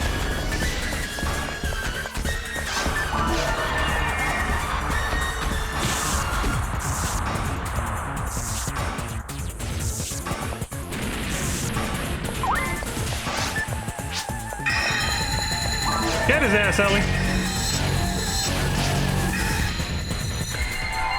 I thought I was close enough to her to heal her. Hey, she's helping a lot during the fight, at least. She doesn't really heal herself unless she's out of combat, though, so I gotta heal her.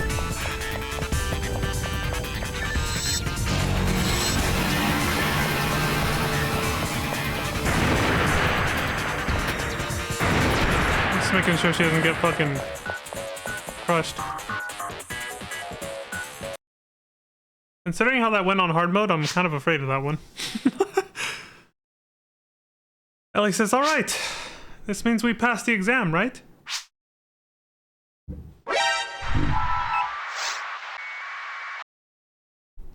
Receiving signal from the lab. Gold Dragon has been confirmed defeated. You have passed the exam. From this moment on, you are a raven. Son of a bitch. They didn't actually say that, I just sort of embellished. We'll release the link to let you get out of the VR field. Please wait for the chief's instruction. Please wait. A lot of waiting. What the fuck? Ellie says hello? Is anybody there? Oh, come on! Ellie. I'm glad you are here. Shit! There it is, this voice! Is it Cal? Ellie's getting excited. Ellie says, Cal! Is that you, Cal? I felt that you were really close to me. I really wanted to see you. I was so worried.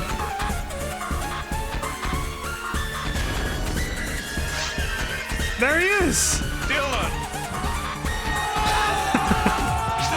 Son of a bitch.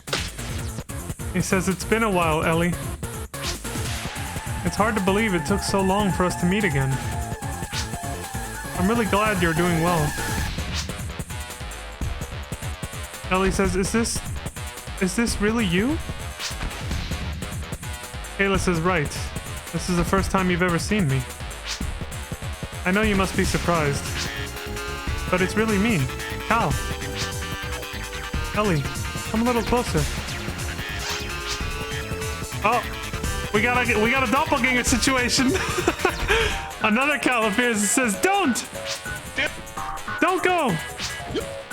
Surprise, motherfucker. You're all being seized by a meaningless thing. What you are doing may be beyond our permission. We must act as a medium and as a whole. Your action cannot be considered rational by any means. If you continue to become a dangerous factor, you will be terminated. Get out of this phase immediately. The hell are they talking about? Yeah, thank you, Ellie. Ellie says, "What? Is there another cow?" This one has red eyes. Oh, which one's telling the truth? This is a Monka-S moment. Ellie says, the cow system that the lab was reconstructing. I wonder, what was that for? This one says, I repeat, you must leave immediately. What you are doing is dangerous for our being. If you do not cooperate, we will begin to eliminate the VR link. The one back there says nothing. He says, listen to me, Ellie. This form that I am in can only last a little longer on this field. I need your help. The Navi system that you have. Yes, that's right. I need you to boost its signal. Ellie says, like this?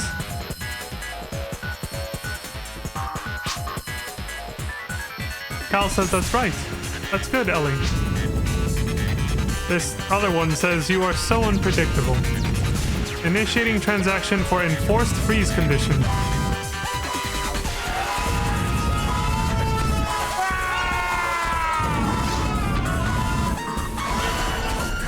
This is the lab. This is the lab. The final area's energy field has exceeded operating parameters. All exam participants leave the VR field immediately. If the order is not followed, the link will be closed by the system. I repeat. I repeat. Cal! I don't expect you to understand. Don't worry. Hurry up.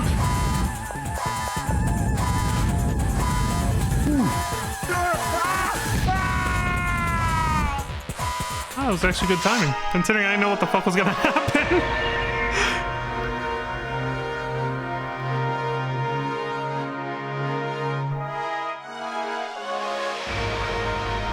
We're gonna appear here.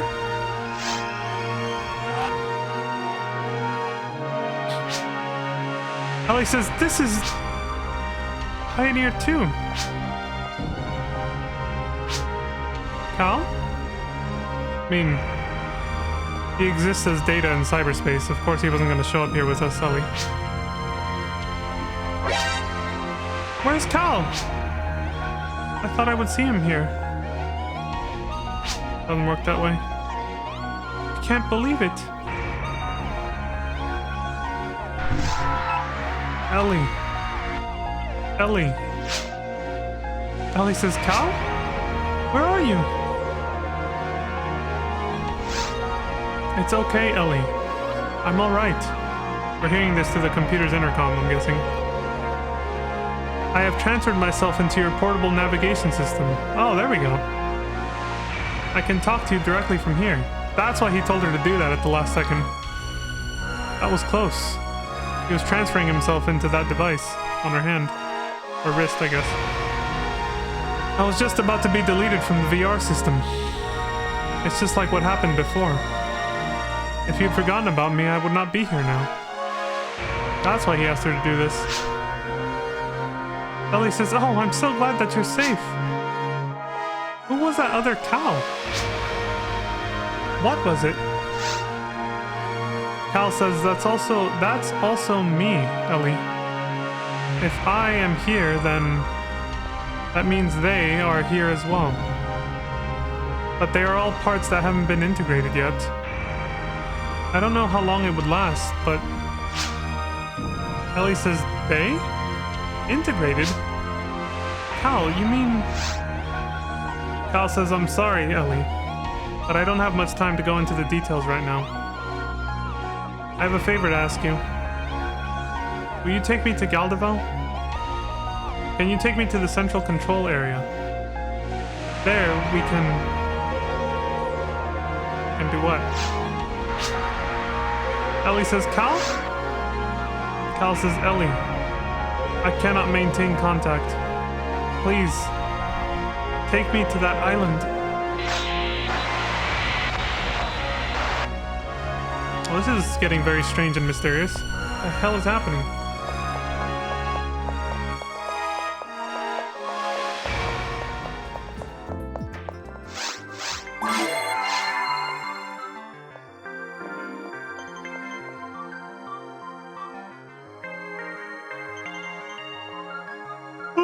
I just need to do the next spot.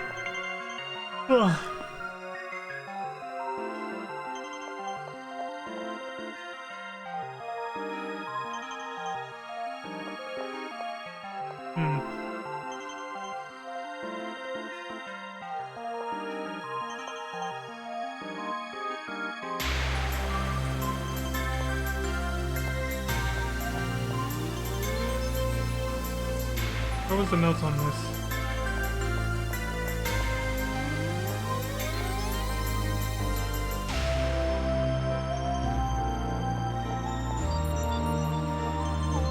Okay, so I guess we should just go back into the lab and see what happens then. For now. Alright. I never heard the rest of that song for the hospital. Who are you? This chick says, "Congratulations, Ellie! That's really amazing. I never thought you would make it." My journalist's instincts have been tingling about it though. Oh, is this what's her name? They told me that you'd find a way to do it. And look, see? I have to go collect my Meseta from the bets I placed on you. We got gambling going on. What? You bastard! What? Other teams who passed. Only 3 teams passed out of all the teams. One team represented the military. The other team was from the government. And you guys. Okay. That's some tough competition. I thought this was Noah for a bit. Maybe it is. He gambles. We're currently working on the reconstruction of Cal, but we don't know what's wrong with him. It seems like something very important is missing from him.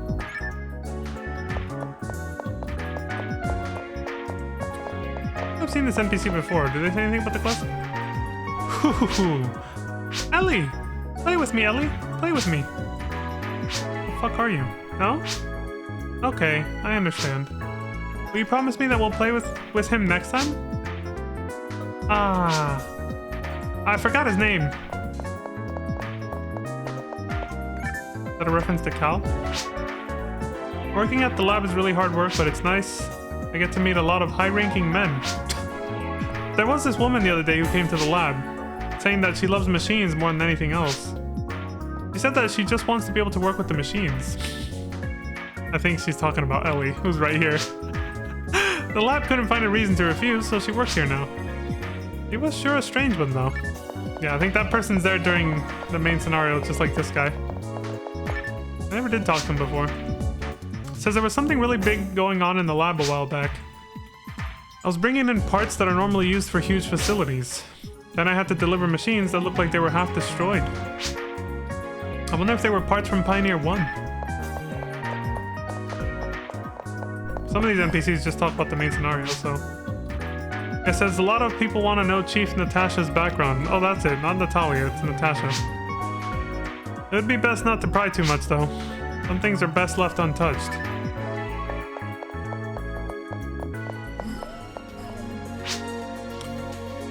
This guy says I work for the administration as a liaison to the lab. But lately, the lab's been terrible about giving out information. I know that our general and their chief don't really get along. And I heard that this has been going on ever since they both started working for the government on our homeworld. It makes my job really hard. Alright. Well, I'm gonna take this chance to, you know, offload some shit. Well, I think we're about to catch a break, though.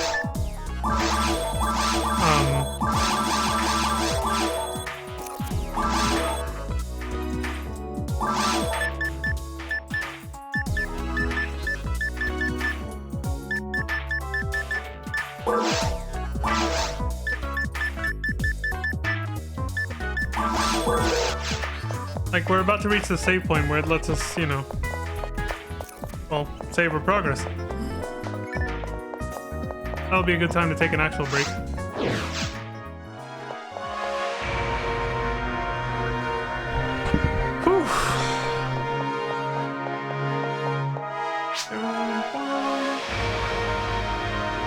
Natasha says, "Hey, you guys made it." Yeah? Surprise, motherfucker. She says, "I'm so glad you guys are okay. After the final area collapsed, I lost track of you guys. I can't believe you made it out of that mess. There are people who not only pass the exam, but continue to try it again." That's right. You both passed the exam. As I explained to you before the exam, permission to enter Galdeval is granted by the lab. You now have access. The second research team will be organized later. Ellie pauses and says, is my precious is the Cal system okay?" Natasha says, "Our staff is currently trying to recover the Cal system. I know you are worried, but you should trust the staff to do their jobs. Unless if something happened there." Ellie says, "Oh, no, never mind."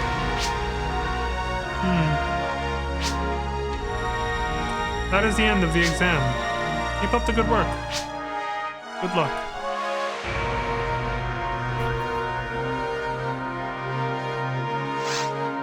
Would you like to save the current data? If you save your data, you can restart your quest from this position.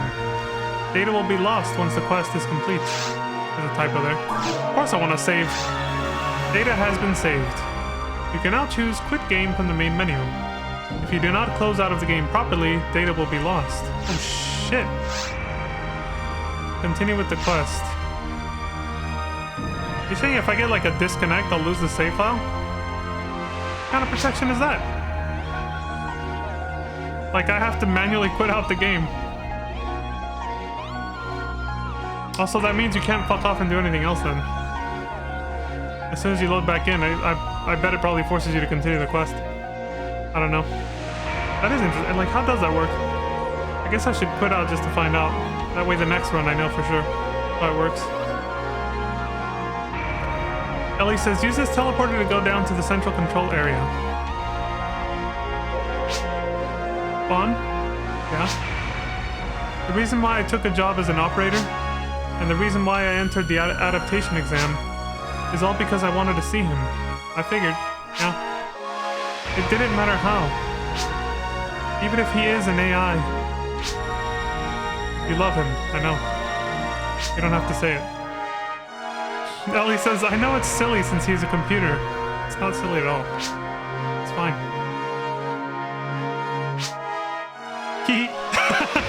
she couldn't say it. She just kind of giggled. Yeah, I get it.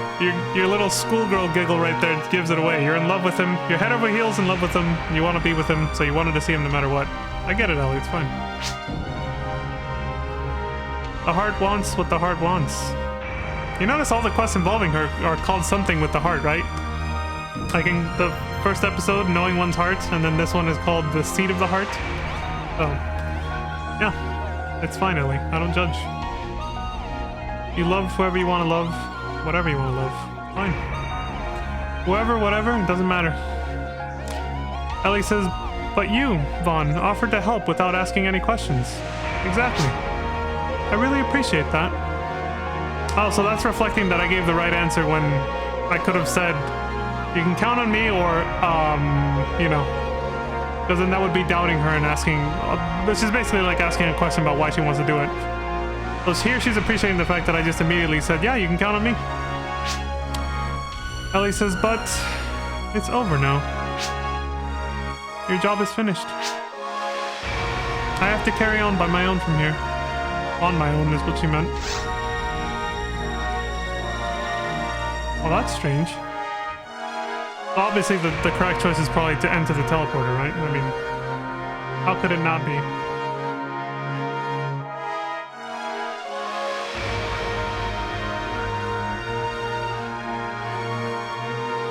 Yeah, it says enter the teleporter, yeah.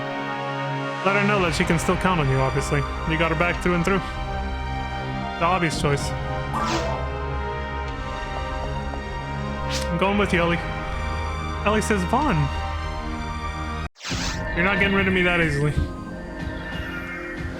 I will help reunite you with your true love. If it's the last thing I do. Son of a bitch.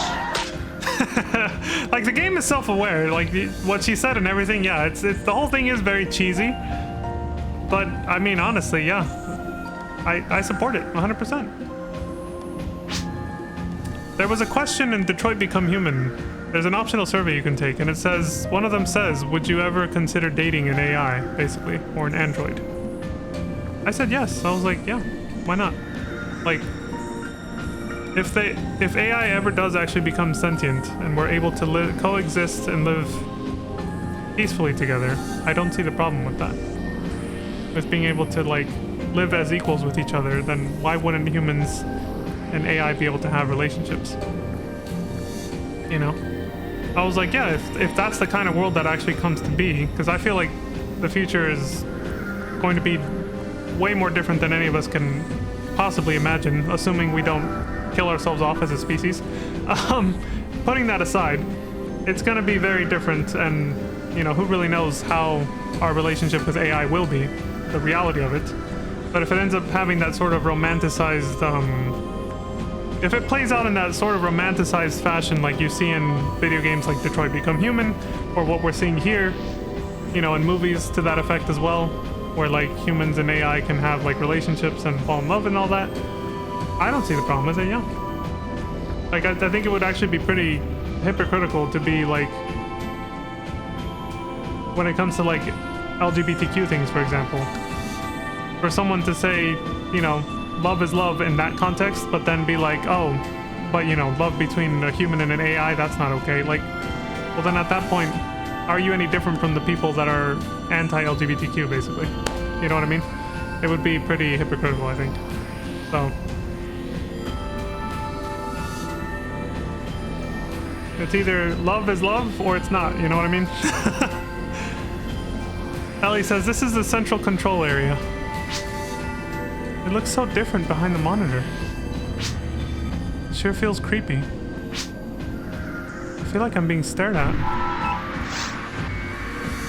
Ellie, it's Cal. You came. Ellie says, Cal. Oh, Vaughn. It's from him. Can you hear it on your nav system? Yeah, I heard it. Oh, good. It's working. Cal? Cal says, thank you, Ellie. I'm sorry I dragged you into this. I'm really sorry.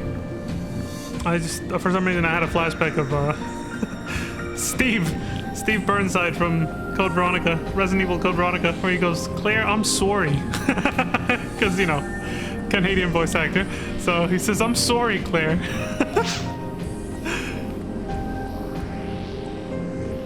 Ellie says nothing, and then says, don't worry about it. I used the teleporter in the lab without getting permission. I know they will yell at me for this, but I'm used to it. I used to do this every day when I started working at the lab. Wow, look at you, Miss Rebellious. Yeah, she's a rebel. I don't know where I was going with that. What about you? Are you alright? Cal says, so far I'm okay, Ellie. But I don't have much time left. Listen real carefully to what I'm about to say. There should be a teleporter up ahead. Head for that teleporter. Okay. I will lose contact with you now and then. I must control him. But I will contact you whenever I can. What you wanted to hear. I know it's selfish of me, but I need to ask. Ellie says, Cal? Did the transmission get cut off? She pauses. Okay, the teleporter's up ahead. I'm sorry, Vaughn. I'm so sorry for getting you involved in all this. But I'm guessing it's gonna say, let's go. But most of these choices are pretty obvious what you should do if you're trying to do, you know, quote unquote, the right thing and support Ellie through all of this, which obviously you should be. You know, you guys are like BFFs. He's your friend and your operator. We've been trying to help her since that side quest in the first episode. So it's pretty obvious what the right answers are for most of these. The only two that haven't been obvious so far was what to do when those hunters ambushed us, you know? But everything else, it just seems like, yeah, I mean, it's the right thing to do is pretty obvious. Like, just say, let's go. Because as soon as you enter the central control area from step 4, Ellie will talk with Cal, followed by yet another phrase prompt, and after the conversation, you select let's go. Yeah, the obvious one. Let's go. Ellie says she's shocked that I'm still being, like, super friendly and supportive of her. I support love, Ellie, like I just told my audience. I'm gonna help you. Don't worry. Ellie says, okay. I get it though, she doesn't want to be a burden and all that.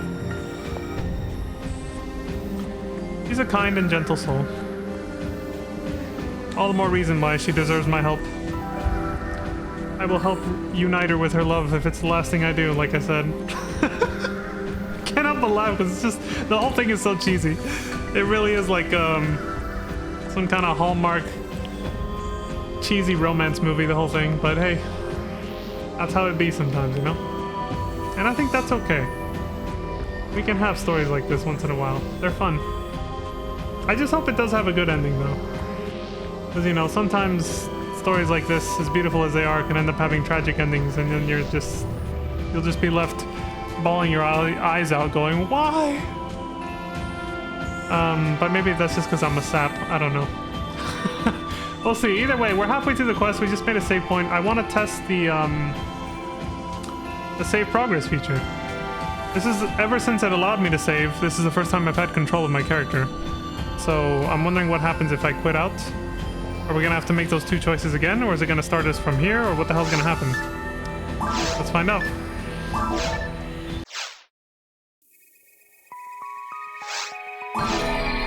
I need to know this before I actually attempt the real, like, hard mode playthrough of this, the canon playthrough, so that I know if it's safe to actually quit out or not. I need to make sure this actually works.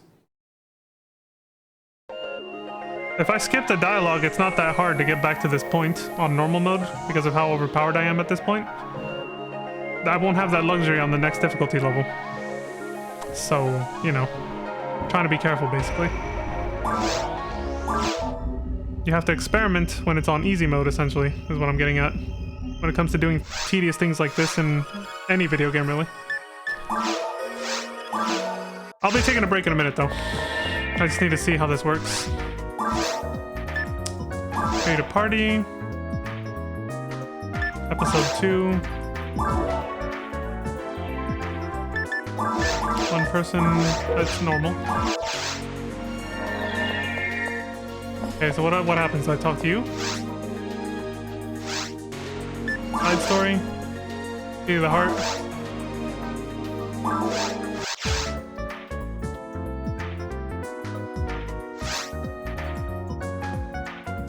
The attendant says, sorry to keep you waiting, Vaughn. Where would you like to start your quest from? Where I saved last or the beginning? Oh, you can restart it. In case maybe you fucked up the answer choices and you realize too late and you're like, oh shit, I gotta start over. That's the cool thing about this next playthrough is even if I fuck up an answer choice, I can't just start over from there. It's not like it's just gonna wipe all the progress from episode 1. You know, the more tedious part is doing the Sue and Bernie thing correctly. So, okay, then where I saved last. She says, okay, the quest will begin from there. Good luck. Alright, so you are free to go do other things. You can just choose to start the quest and then it'll give you the option to start from where you left off when you want to come back to it. Okay, we can skip all this. We already saw this. We just have to make sure to hit the right choices. The right choices are just the top answers so I can master this. Also, I just realized listening to the Valentine's, you know, event music in the background, this is very appropriate right now, isn't it? Valentine's Day being, well, supposed to be all about, like, love and relationships. And I'm literally helping reunite Ellie with her true love, the AI Kalis. So it's like, how appropriate. I did not plan this, by the way. It's just a happy coincidence that it happened. Son of a bitch. It makes me feel all warm and fuzzy inside. Holy shit. Hey, it does. It does. I am actually a very hopeless romantic kind of type of person. It may not seem like it at times, but I am. Though I think it should be obvious with how emotional I get in certain scenes in certain video games that I've played on this channel. You know? If you've been watching long enough, this shouldn't, my views on this and my emotions that I'm expressing about it shouldn't be a surprise, really.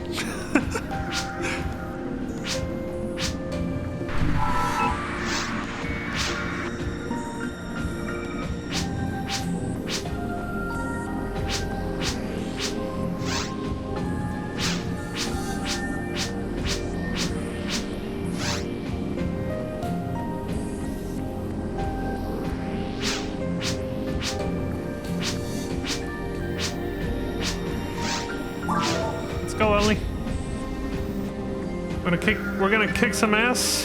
I'm gonna get you reunited with your AI boyfriend. Don't worry. All right. Oh, that's cute.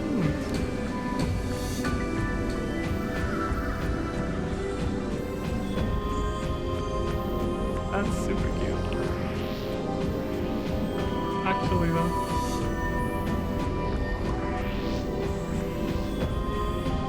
This has nothing to do with... Sorry, I just saw something really, really neat. That has to do with my channel, but not with what's happening in the game right now. There are big things that are getting ready to happen. Let's just leave it at that. Big things. Piyama! Look, don't spoil it! I was like, shit, you're watching! Piyama came in like... Surprise, motherfucker. Yes, don't say anymore. Yes, I did see it. Now you did... Well, now you got to see my reaction. Absolutely adorable, Piyama. I love it, yeah. Sorry, that just scared me. I was like, oh shit! Like you have no idea if somebody walks in on you when you were just thinking about them, you know? It's just like, oh my god. Like fucking... Surprise, mother... Oh, that scared the shit out of me. Yeah. Anyway, I was just about to take a break, but I saw your Discord message, and I looked at that first. But, oh my god, I've gone for 2 hours straight. Dude, I am sucked into this love story right now with Ellie and Kalis, so... I'm invested in this. I wanted a much better ending, which it looks like we're gonna get, hopefully.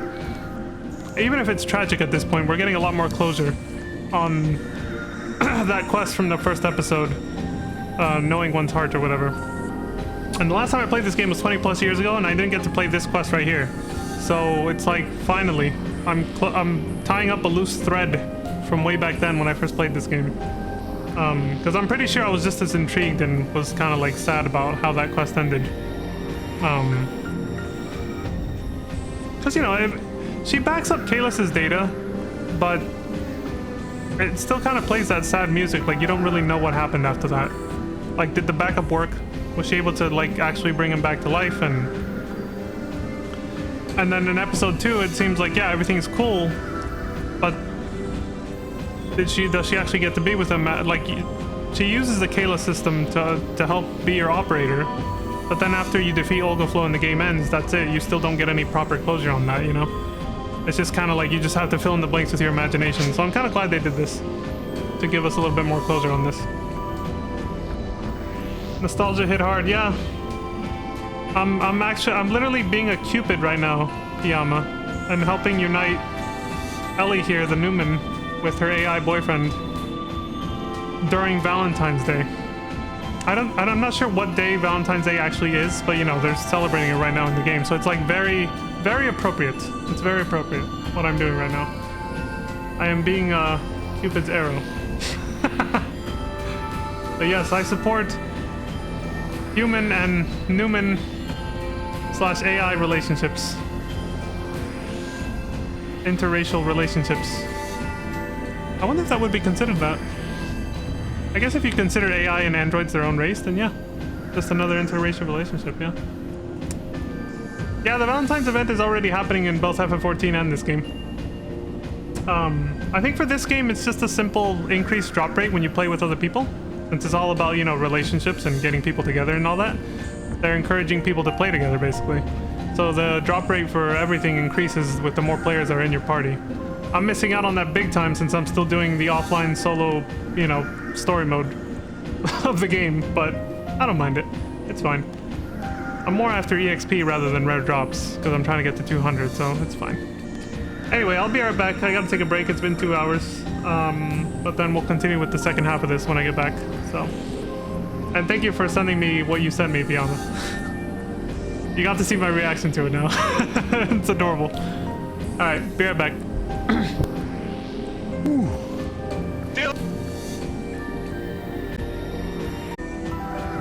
Son of a bitch. That's right, we're back.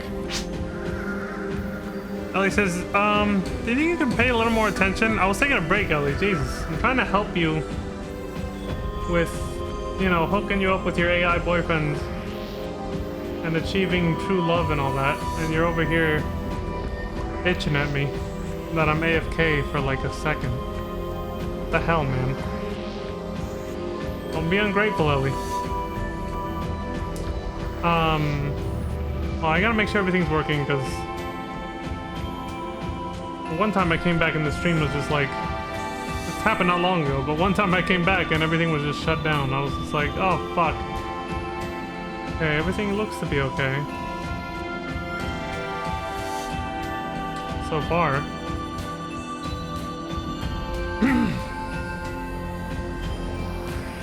Give me 1 second. Was something I forgot to do before I, in classic Starcrest fashion.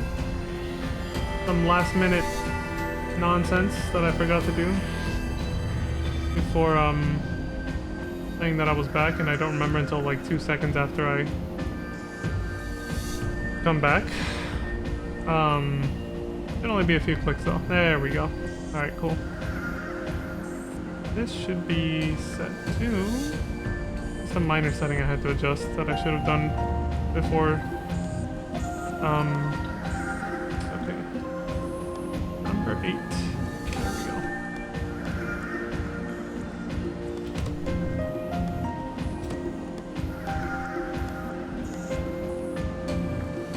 Done. Alright, let's go.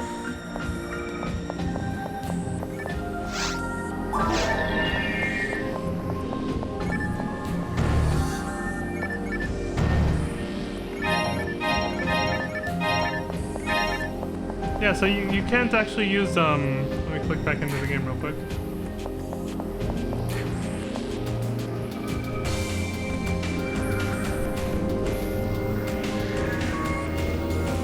Close this.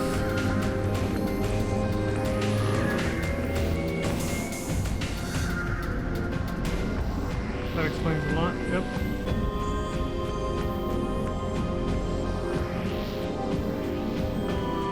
There's the map. I was like, where the hell did I leave the map? Right here.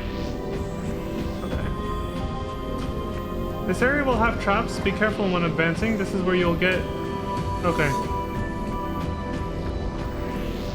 Yeah, okay. Gotcha. Okay, so this quest isn't that much longer. Most of the quest is just dialogue, it seems. Which is good, that makes it easier, but, you know. I almost read something out loud that would make a bit of a spoiler. Oh, wait. Alright. Hey, you can't make a telepipe. The game just doesn't... There's not even a special dialogue for it, it just literally just doesn't let you. Like Ryuker's... Look, if I push 0, nothing happens, because you can see it's darkened out right here. What happens if you try to leave? That's what I forgot to check. Oh, you can't? You literally just can't leave. They put it there for show, but you can't leave? Alright. Yeah, it is. We're locked in. We are locked the fuck in. Let's do this. You son of a bitch! Oh, alright, we're on normal. I was like, oh yeah, we're normal, not hard mode.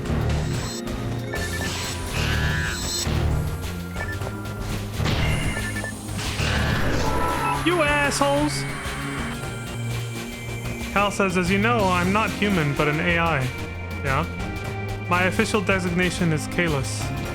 You rescued me from Regal and the labs restored my systems. But from that point on, I was no longer me. Them.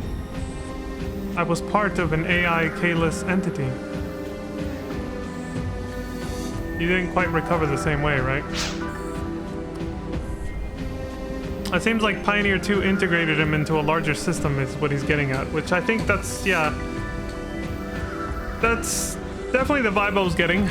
I think that's what he's saying right now, and that's definitely the vibe I was getting when he tried to tell us this in the VR world after the Gold Dragon fight. They ended up hooking him up to a larger AI system, so he's just part of like a neural network of various AIs that are all integrated and working together for whatever Pioneer 2 wants him to do. So he's not able to have full agency or independence like he used to when he was just his own singular AI on Pioneer 1. Although he was, you know, he probably did work together with the other AIs like Volop and Olga. Probably not, he probably didn't interact with Olga because Olga was here on this island, but Volop was over in the Central Dome area where we found him, Kalis. And then when when Volop got taken over by Dark Pulse, then, you know, it came after him too, but... So they added something new. Yeah, that whole zone down there doesn't exist in the main scenario. They added it for the side quest. There's a whole zone down there. The second part of this dam. Really? Takes 3 hits? Okay. Those things are better dealt with a gun.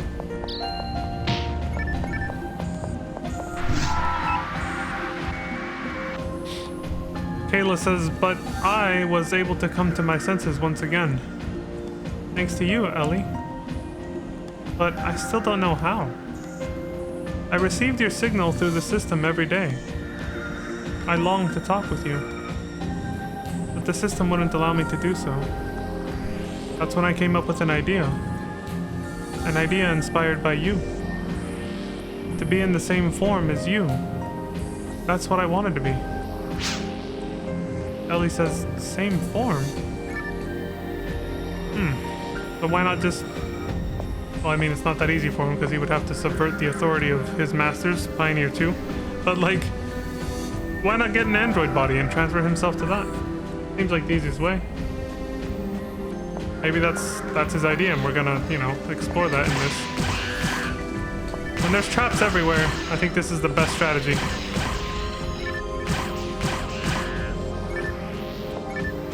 Definitely the safest.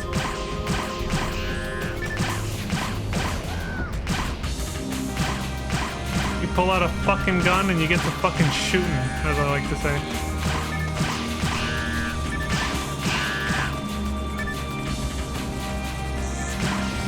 Of course, this is gonna be grindier on hard mode, but hey.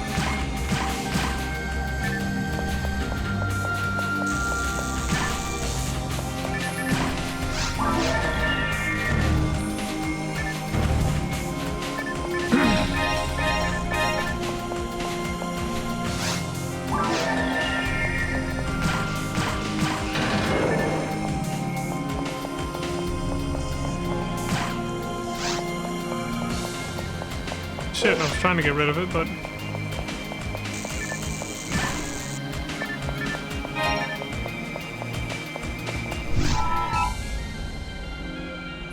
Kayla says this is where I and they were born as AI.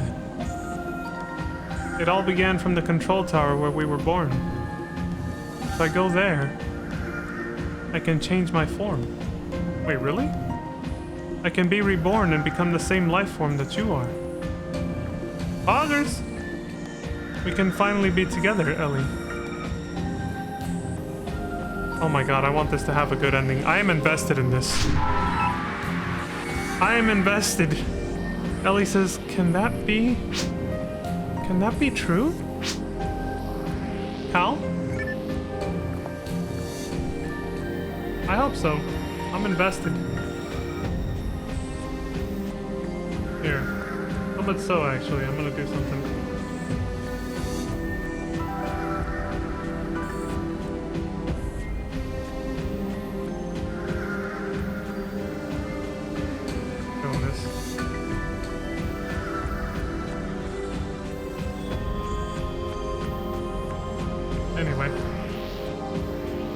continue. Make sure everything's working, yeah.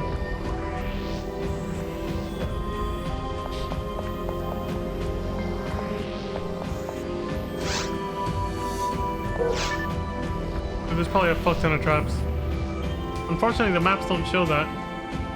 Oh wait, they put little exclamation marks, I think, to denote which rooms have traps. I think this one might be safe. This one does have a computer terminal over there, I see that. However, the photons here are spiking a little. Something's about to happen.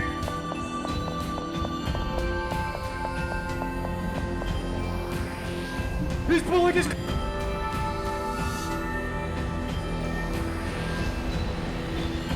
Or not? Are we safe? Ellie says, Cal! That's the teleporter! Or I think she said, there's that teleporter. I might have read that wrong. Cal says, thank you, Ellie. That computer is connected to the system around it. Can you connect me? Ellie says, okay.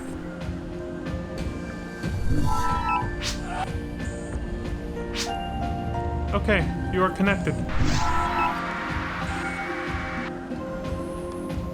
Kayla says accessing. Terminal connection. Control system detected. Begin entry. Detecting M system position coordinate. Detection completed. That's the control tower, Ellie. Oh good, that tower in the back actually has a purpose now. So they might have had this planned out before the game came out, but then, you know, they made it like a sort of expansion DLC, this quest, that came out later, which is why I wasn't able to play it 20 years ago, because I had no internet connection for it. Kayla says, that's where I was born. That's where my father passed away. Oh, I get, yeah, he's probably referring to the actual human or Newman person that created him. Because if you guys remember, there was an NPC you can talk to in Knowing One's Heart, the first quest involving Ellie in episode 1. After you finish the quest, that red spiky-haired Newman chick outside the Hunters Guild will mention that there was a scientist that they heard was working on... She says it in different words, but she basically says there was a scientist working on creating an AI, basically. Like, artificial intelligence computer, the first of its kind. And then they said, I heard that he uploaded his consciousness into that computer before he died or something like that. And so that's probably who Kalis is referring to as his father. It's basically, you know, his creator before uploading their consciousness into, you know, the AI system that created him, essentially. He's an AI version of the person who invented him. It's like he's his own father in a way. Anyway, but yeah, it was something like that. So Kalis continues and says, but there was something here besides my father. Mother. Oh shit. Is this gonna relate to the Soul of Steel quest a little bit? They were talking about some kind of mother system, I don't know, with Dr. Montague. Mother, he says, that's what we called it. Please wait a second as I change the teleporter destination. It's now set to go to the control tower. We get a new zone.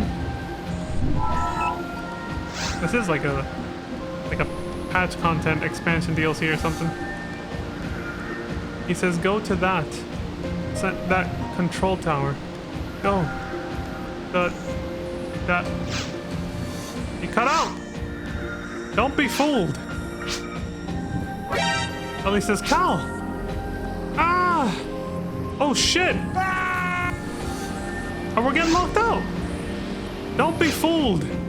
Fuck! Surprise, motherfucker. Oh god, not this crap again. Ellie says, the AI, Kalis.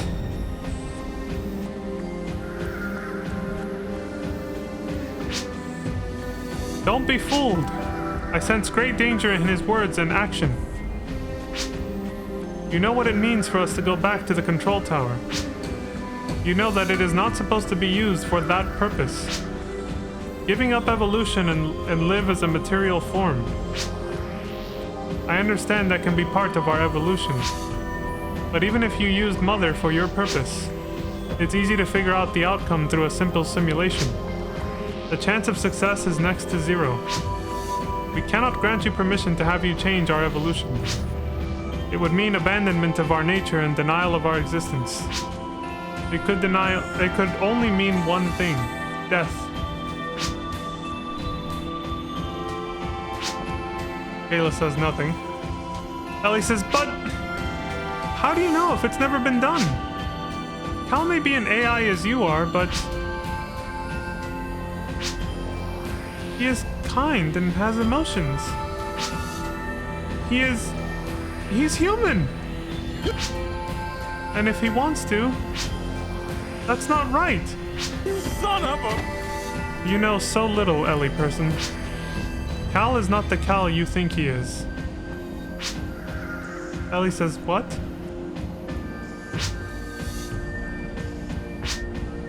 The Cal you talk about does not exist anymore. You would call it dead in your language. This Cal died with the memory of you and his data. A part of us that was reconstructed by the lab incorporated that data. That's the Cal you see in front of you. His memory is nothing but data. In other words, he is a replica of the Cal who remembered you. He should know this better than any of us. Ellie says, what?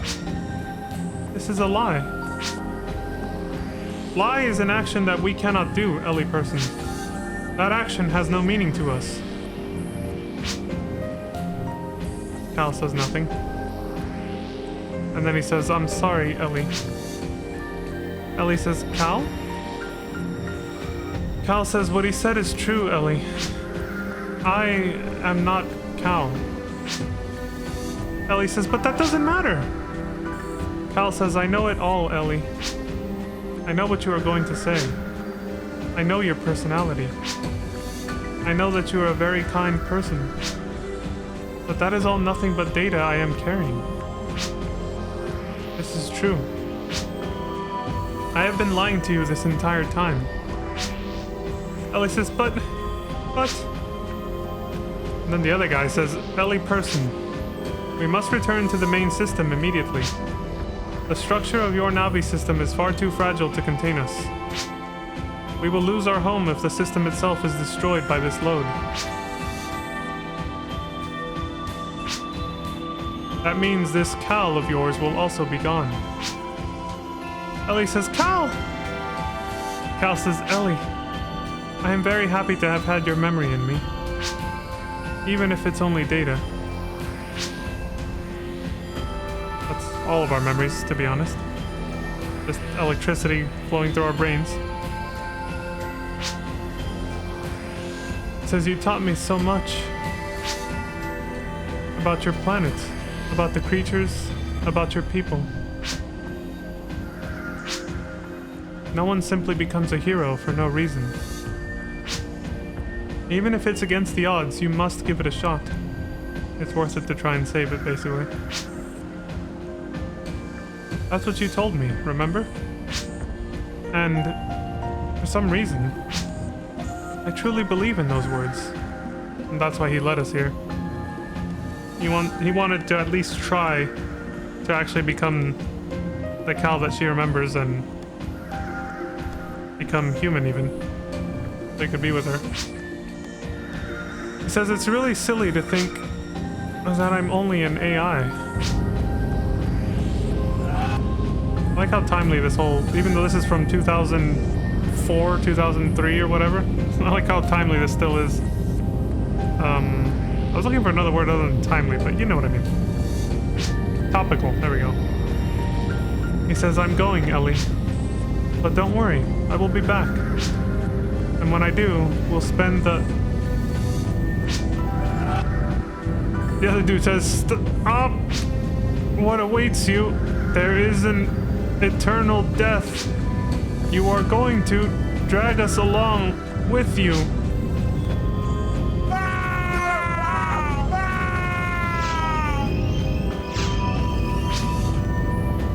It's like what your soul looks like when you die in multiplayer mode and your friends see you just sitting there. Ellie says, Cal!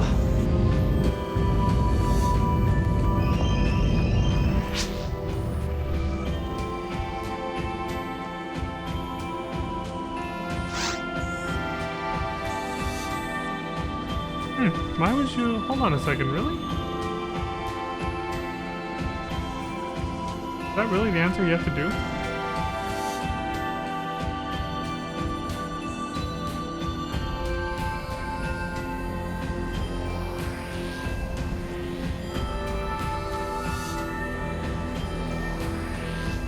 Wow, that's kind of fucked up.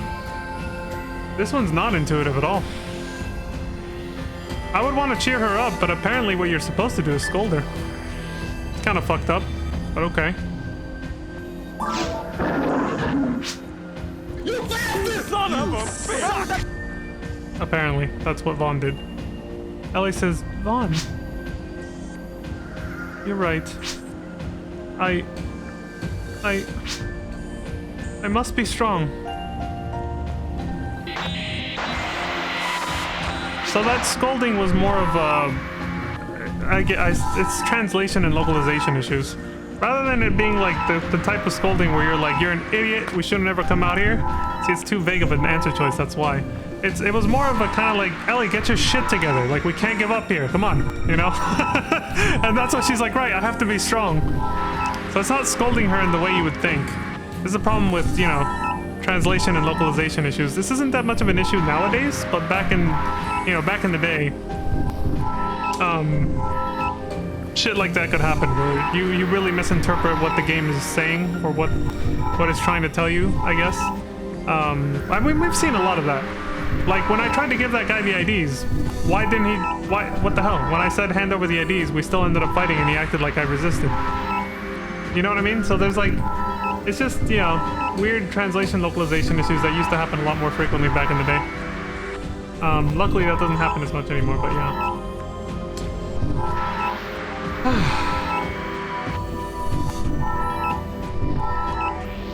Oh, good thing I read a little ahead for the next hand choice prompt or whatever.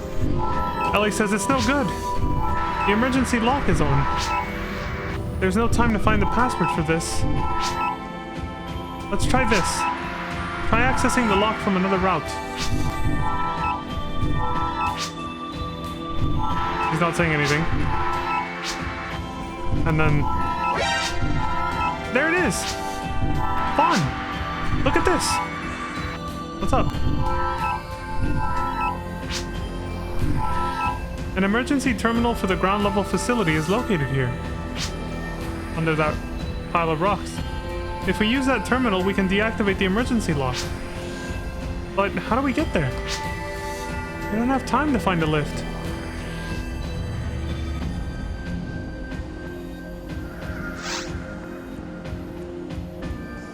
Let's just jump down. Fuck it. That's the answer you're supposed to give, by the way. I'm not just doing it because, you know. Ellie says, fun? She's like, is this guy crazy? The answer is yes.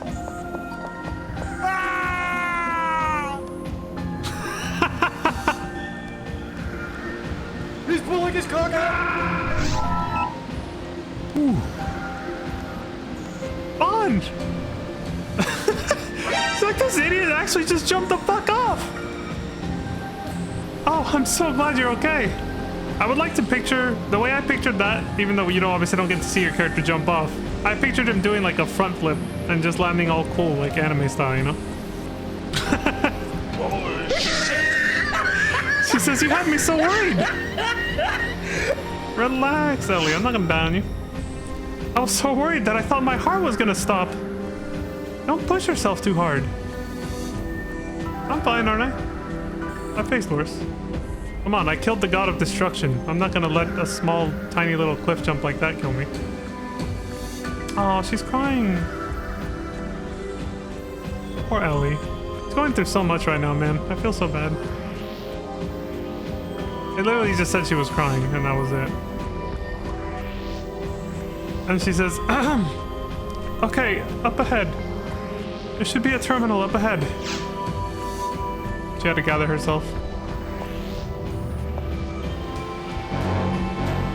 Okay. Apparently that's it. Well, for the canon playthrough, more stuff is gonna happen later, but when it comes to, like, answer choices, that's it. There's no There's no more like answer choice prompts you have to make to influence the story or anything like that.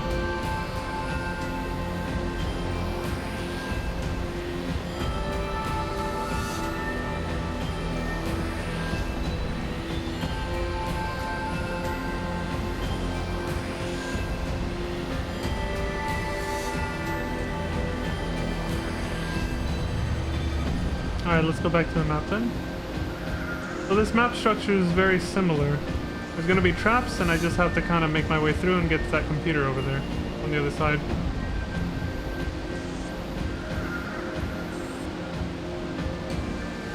And then we're gonna get to see a whole new zone.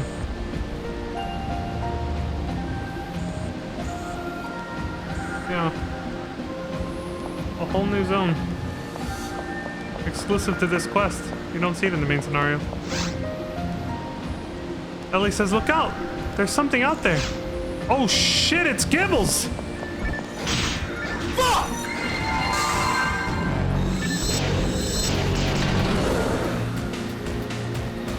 That was a fucking... Surprise, motherfucker.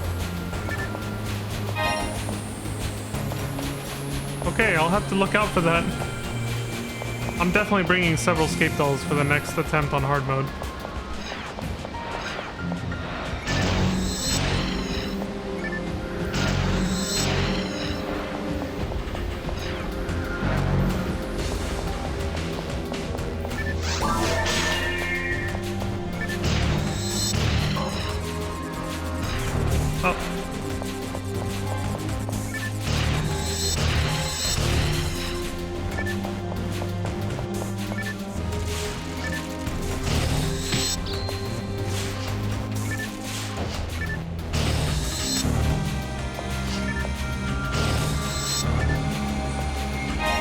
I'll take that.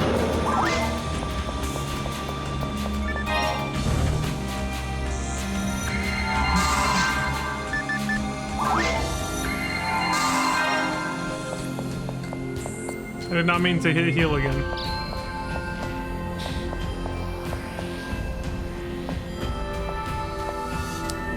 We got spinning chainsaw blades. That's a thing. Also traps. Oh. I mean, that is a trap, but landmines, I should have said.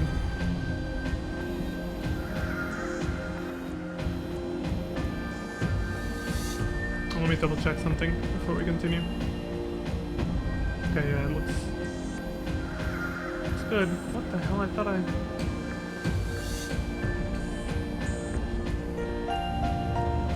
Oh, hell no.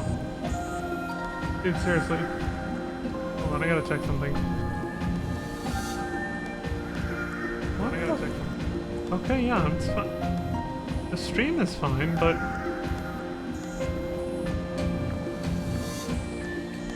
I'm gonna have to change streaming software someday. Like, as lazy as I am to do it, because I have to move my scenes over and everything, I'm gonna have to do it. Streamlabs OBS, like, it worked flawlessly before, and then all it took was one update, and that just shit now. Yeah, I hit the record button, did nothing. Still did nothing. We're still live, so for a minute I thought maybe it was like a crash, and it just... If you guys remember, there was one time where Streamlabs OBS literally crashed on me without actually showing that it crashed. Like, it stopped streaming and recording. But it was still, like, the timer where it says live, everything was still working as if it was fine. But it actually wasn't. I wasn't broadcasting anything. I was like... And I only noticed when I looked at the bitrate and it was 0. And then I tried clicking around and nothing did anything. The buttons would light up when my mouse would go over them, but they wouldn't respond. It was the weirdest thing I'd ever seen. So it's like you could sort of use it, but not use it. And so then I tried restarting it, you know, closing it and starting it up again. It wouldn't even start. I had to restart my whole computer. It's so fucking weird. But yeah, so the record button's not working. I gotta check if everything else is working. Yeah, I can do other stuff at least, but the record button's just literally like... not good, because it means I can't keep an offline... recording of the second half of this that started when I got back from the break. I only just now noticed it wasn't recording shit. Yeah, no matter how much I hit the button, it's just not recording.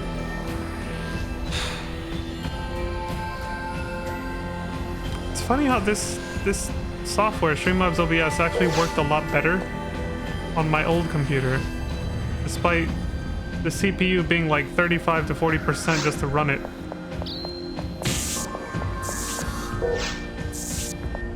Like that old computer, that poor old computer just couldn't handle Streamlabs OBS at all. But somehow the program itself worked just fine.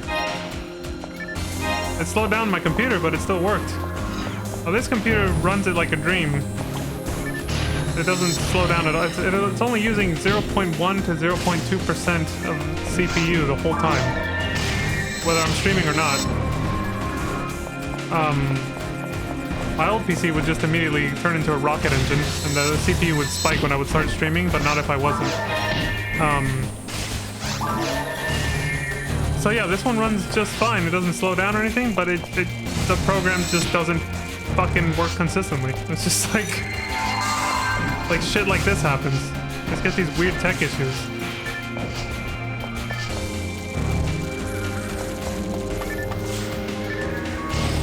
I guess all I can really do is just never stop recording after the first time, I guess.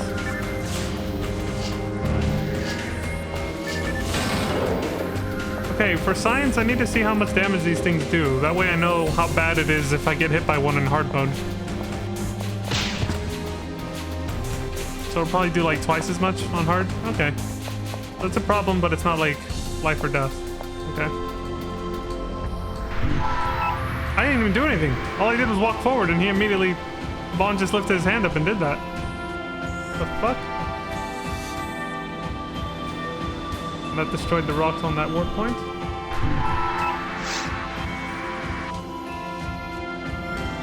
Alright, is everything else working at least? Yeah. The emergency lock has been deactivated. Now we can go to the control tower. But first, please return here. I'm coming. That conveniently just unlocked warp point over there, back the way I came, will surely take me right back up the cliff.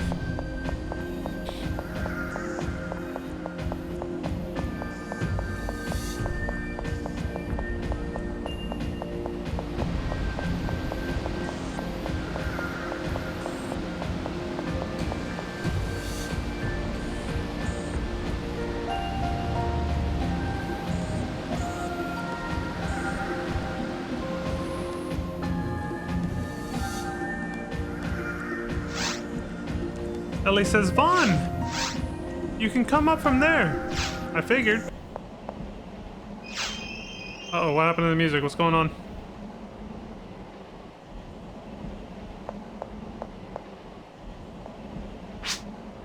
Ellie says, thank you, Vaughn. When I see Cal, I don't know if there's anything I can do, but I still need to go, right? Yeah, you can't give up on this. I'm with you, Ellie. I support you. See a trap over there. Well, whatever. We got episode 1 credits theme music playing for some reason. Like something epic and dramatic and cool is gonna happen, I guess. I don't know. You have to fight for your love, Ellie. Don't give up. As cheesy as it is. Oh.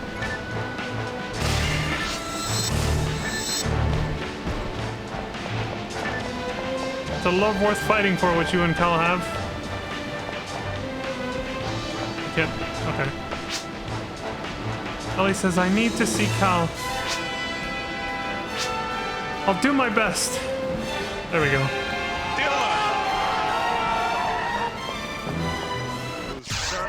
Bitch. Holy shit, we're inside the tower. Yeah, this is all new.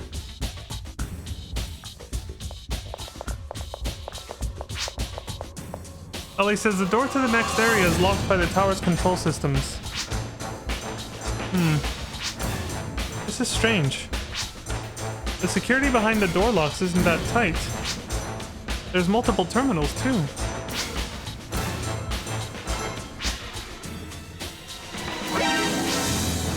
Decoy terminals. Fun! If you can tell me which terminal is the right one, I can unlock it. Go and stand in front of the terminal you think is the correct one. Then just call out to me. But if we access the wrong terminal, I think that will set off the security system. So please choose carefully. So this is just like the VR spaceship area, this is like the next big tedious part of this quest, because apparently she just explained it. If we hit the wrong one, we get extra enemies and traps to deal with. Look how epic this music is though. I think they were really trying to, you know, sell the point home of how like dramatic this whole thing really is, because we're risking our lives and that of Cal's, you know, just to try and get Ellie and Cal to be together, to be able to be together. So it's just like this big thing.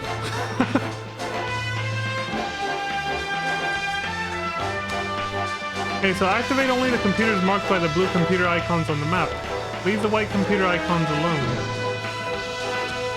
So it's referring to the map that I see here on psoworld.com, obviously not here. Okay. Activating the wrong computers will result in more enemies that you'll have to defeat to move further on. You can let Ellie activate the computers to decrease enemy appearances. Okay. The safe computers to hit in the central control area tower. Follow the map. Floor 1, the center computer. Oh, I see the numbers on the map. Okay. So we started there, and the correct one is the center one. Oh my god. It actually says the name of the enemies that can appear if you hit the wrong one. You do not want to get this one wrong. If I pick one of the two outside ones, which are the wrong ones, Mary Carroll will appear. You know, that giant flower boss from the jungle that has that instant one-hit kill? I found out what it was. If I was standing too close to it both times that it happened to me, once off-stream and then off-stream. It happened last time, right? It actually fires a magic shot at you. The dark magic of the game. It's a projectile. You saw Dark Faults Phase 3 use it on me. It never actually worked even the one time it hit me because it has to proc. But Megid is what it's called. If it hits you, it just kills you instantly. So if it hits me or Ellie, dead, mission over, start all over again. That's very, very bad. I have scape dolls, so if it hits me, I'll be fine, but it'll use one up. If it hits Ellie, game over. We gotta start the whole thing over again. Some of the other bosses that can appear if you get the wrong terminal. Gibbles again. A Lily, which can also fire off Megid. Gigyu, the giant bee. Jesus. No wonder they play this music. This is insane. Like, this is... Like, you'll be fighting for your life if you don't know how to do these... If you don't know the correct answer. I don't know what Ilgil is, but that's something else that can appear. A Bellbiter. You could end up in an endless boss rush that could just destroy you. That's fucking crazy.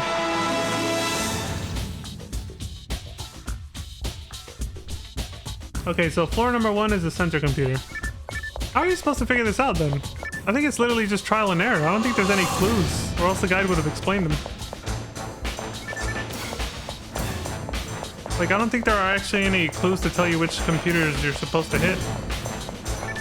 It's just a big guessing game. You just gotta gamba. Or, you know, follow a guide like I am. That's insane if that's true.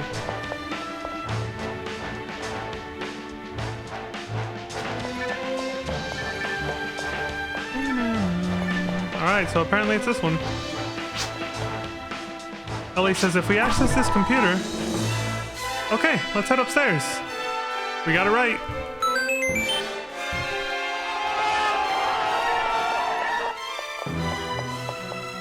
Yeah, head open the door.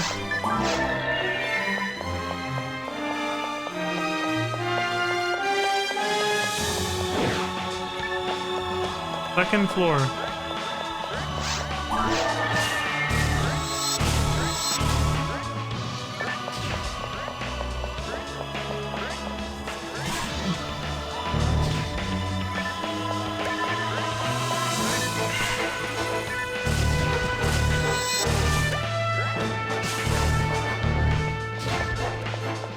really cool mission. I like how involved it is. And I like being able to get closure on something that I never got to get any closure for back when I was a kid.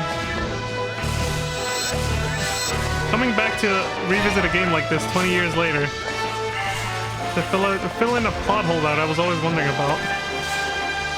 It's kind of nice. Yeah, I don't want to accidentally tell her to pick that computer. I gotta keep doing this. Unless... There we go. If I try to swing the sword too close to it, it'll, you know... It'll tell Ellie to activate that computer and then we're fucked. But I don't think it's the right one.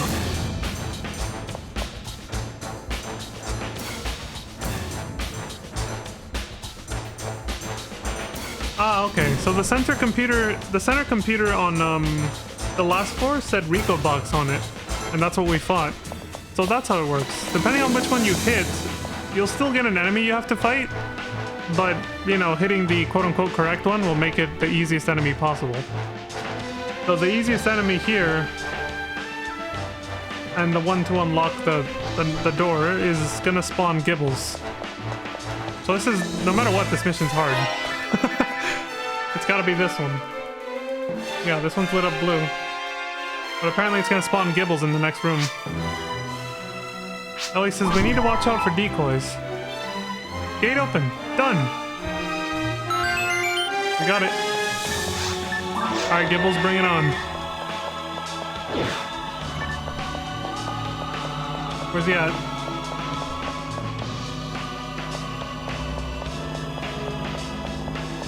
I feel like he's just gonna like pop, he's just gonna jump in. Or at least expect it or something. Dude! What am I getting stuck on? Oh my god, that was close. Nothing. Am I getting punked? I don't know. Whatever. Let's find out which computer it is. 4-3. The third computer, which is apparently this one?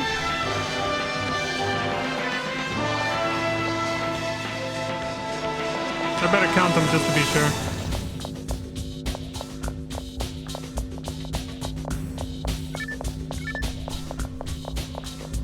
Okay, so 1, 2, yeah, it's that one over there, that third one. This one here. That lines up as how it shows on the map. Ellie says, no problem. Let's move carefully.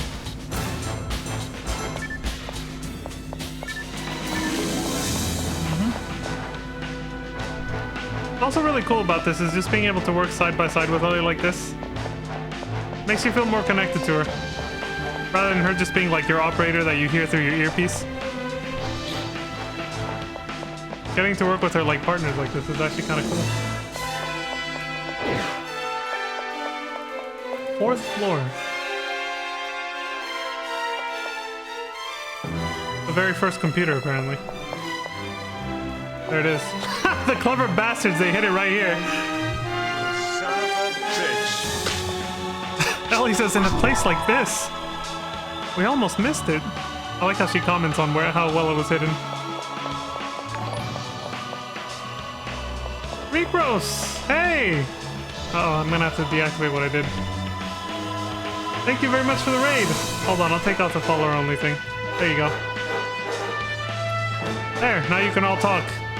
Hey Recros, welcome to the channel. Raiders, thank you very much. I appreciate it. How was your stream? What did you stream?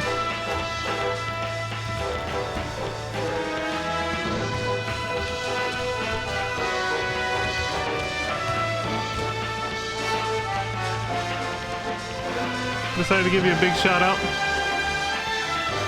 And if you're watching on YouTube, go ahead and follow Recros Lowcast. They're giving us some love right now. Grandpa's nuts, it's a Recros raid. Oh my god, that's my kind of humor right there. Like, What? Surprise, motherfucker.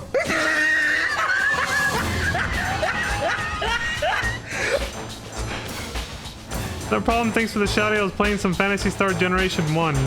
There's so many Phantasy Star games out there. I don't even, like, my knowledge doesn't even scratch the surface.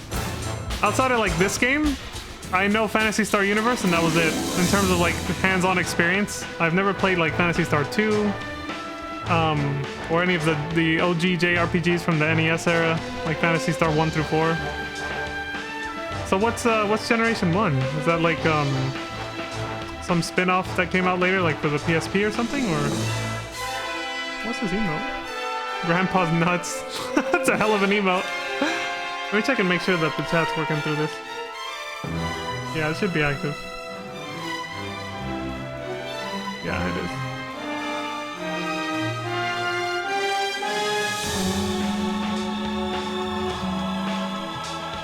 Alright, let's move on.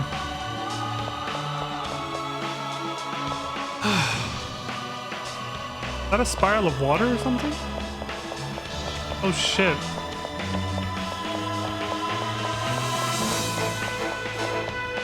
Oh, the other computers deactivate after you... Well, the screens turn off, I guess. Or maybe they're just like that to let you know they're a decoy, I don't know.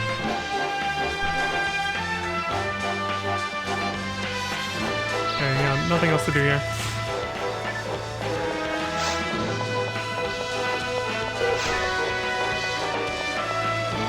Generation 1 and 2 are for the PlayStation 2. They were Japan only. You're playing a fan translation. They're remakes of the original PS1 for Sega Master System and PS2 for Sega Genesis. Oh, I see. Oh, that's why. I was watching, so there was somebody in Pizza Maid's chat that said that they got the remakes or remasters for, they got the PlayStation 2 versions, they said, of Phantasy Star 1 and 2. And I was like, what? There was a PlayStation 2 version? Now I know what they were talking about. They're talking about the remakes that you're mentioning. Oh, I see now. That makes way more sense. Because she was recommending Phantasy Star 1. Or like the conversation came up and then they said that they had the PlayStation 2 version. I was like, what the fuck are they talking about? Now I get it. Makes way more sense. 5th floor.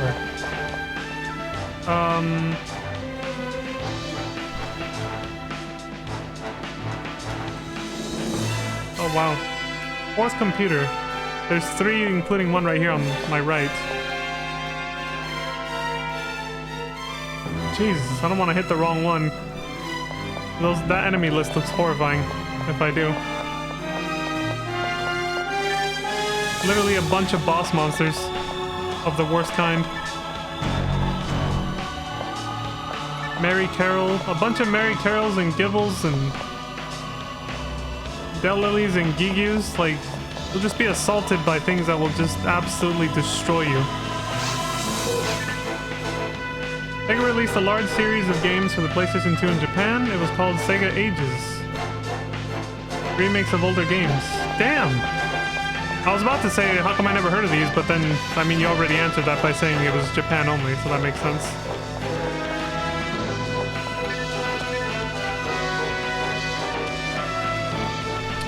Well, this is weird. So, out of all the computers... This is the 4th computer, so not that one. That's 1, 2, 3, 4, 5. So, I don't know how they counted it on the map, because the thing is...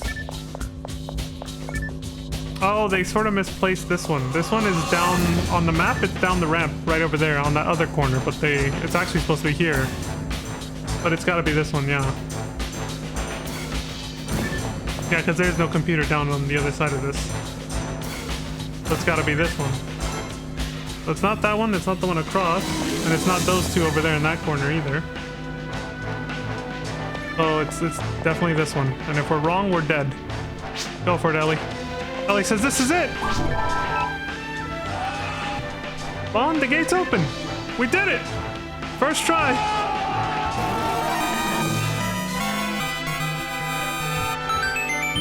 Son of a bitch.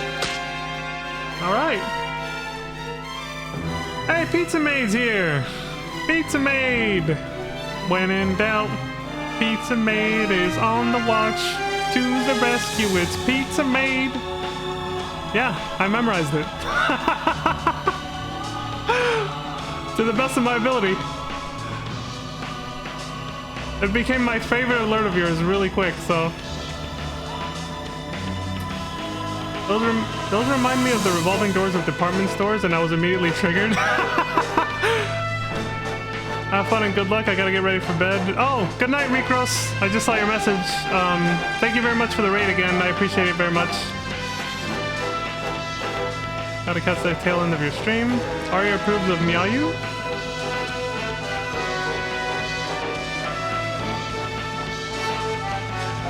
Nicely done. I got it right? I was, dude, okay, Pizza Mate, I was legit practicing it off stream. I was like, this is how it goes. Like, every time I would hear it when watching your VODs, I was like, okay, it goes like that. I was legit practicing, I'm not even gonna lie. I actually was.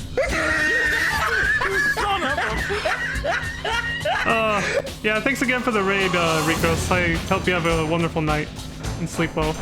And welcome again to all the raiders. Let me, I already gave a shout out to Rikos, but, I'll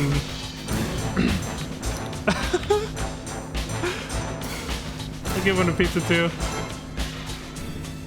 I can't, and I was kind of nervous. I thought I was gonna fuck it up because there's too much going on right now. And I actually got it. I was like, damn, I've listened to it too many times. Oh my god. This is gonna hurt if I get hit by this. Does this thing swing twice really quick before, or is it always just... I'm going for it. Ellie, please don't get hit. A telepipe. Yeah, no problem, Pizza. Always appreciate y'all coming by to support the stream and say hi, you know. I imagine a lot of story stuff is about to happen right now. What are these two crystals? Yeah, this is the last floor. Let's see, what's gonna happen?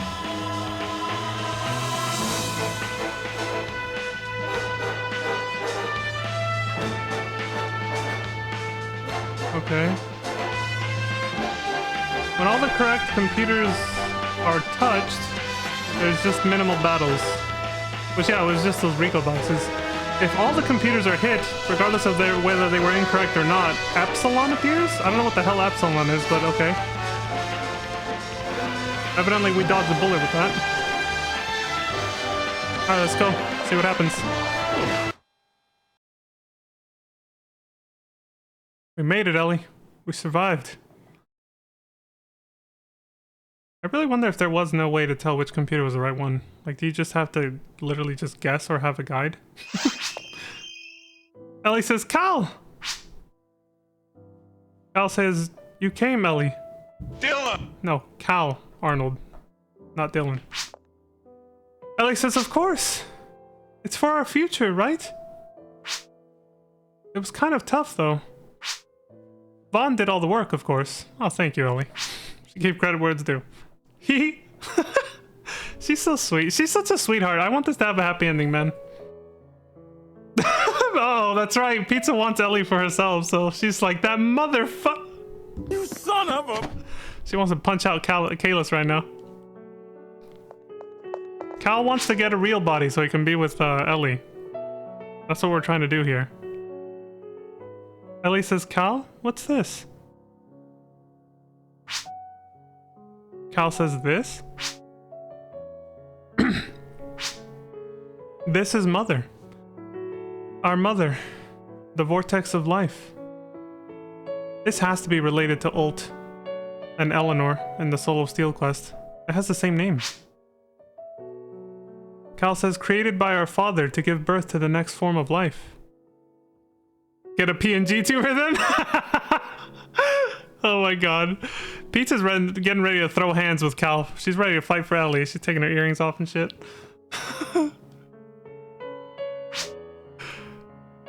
He says, we were born here. Like, we as in every AI system that Pioneer 1 and 2 ever made? Well, Pioneer 1 made the space, so it's gotta be, you know. He says, and after evolving, we've returned. But I'm not interested in the next form of life. This has to be related to Olga Flow too. Whatever kind of evolutionary experiment they were doing with Flowen and the AI Olga. Kayla says, not what my father was trying to create anyway. The evolution I'm seeking is different. Ellie says, the same as me? Cal says, yes, if I could live in a body like yours, I could always be by your side. Instead of being stuck in a digital realm, yeah, it makes sense. I could feel what you feel. Ellie says, Cal? Cal says, you saw the other me, right? They won't allow that. I was a part of them. And now they want to take me back.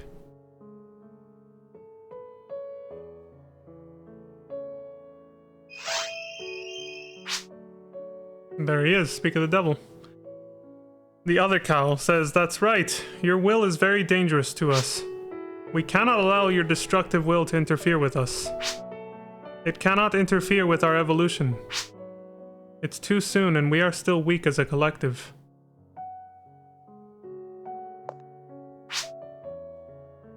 Ellie says, Kalis.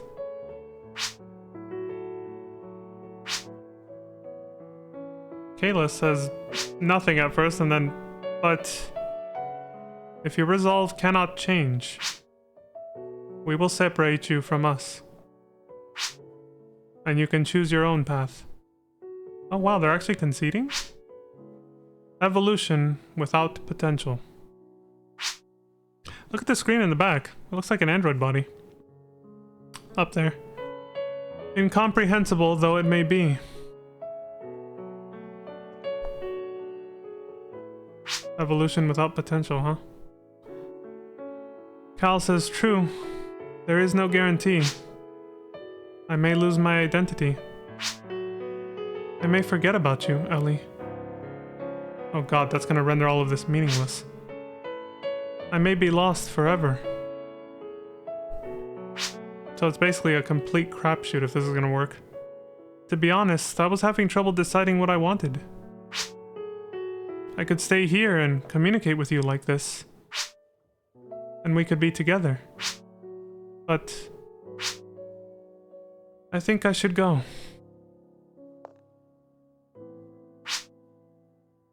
I wanted you to be near me. I wanted you to see what I had decided to do. But I put you through a lot of pain to do that. I'm sorry, Ellie.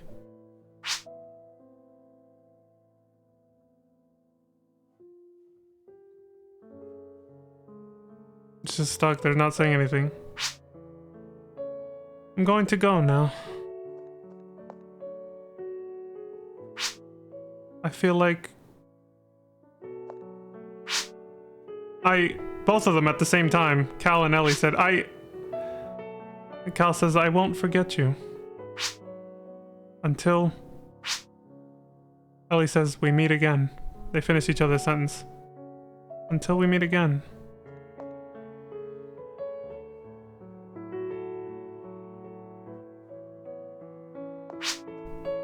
Ellie says, Cal!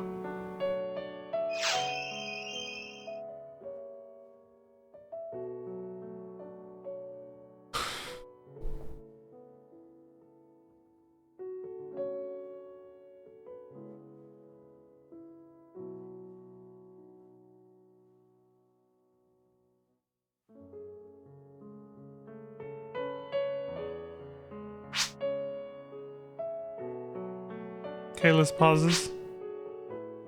He says, to exist only to continue evolving as a system. That was the purpose for which we were born. The Pioneer 2 Cal's system. To revive the system, two were made to go to nearby areas.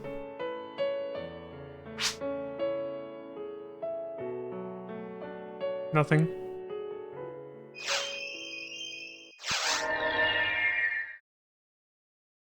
The hell just happened?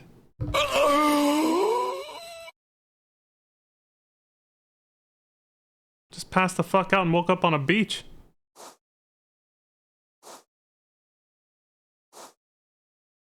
Ellie? Well, this is eerie. I'm not used to there not being music.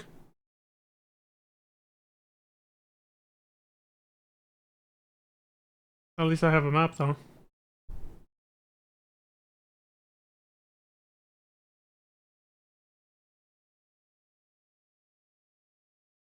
Interesting.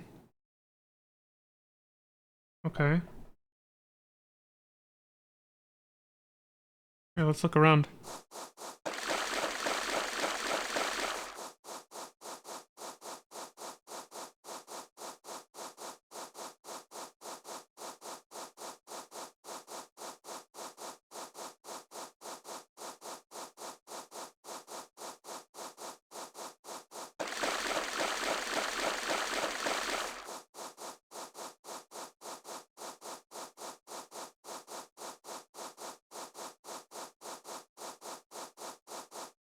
I low-key just zoned out and thought of something kind of funny.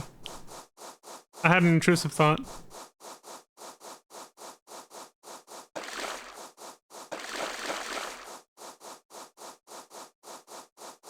Okay, well, I guess I'll just go where it tells me to then, on the map. I don't think there's gonna be... Oh shit! We get to see this place at night in this quest! I thought the lighting was a little different. Holy shit, I know it's early 2000s, but those stars are beautiful.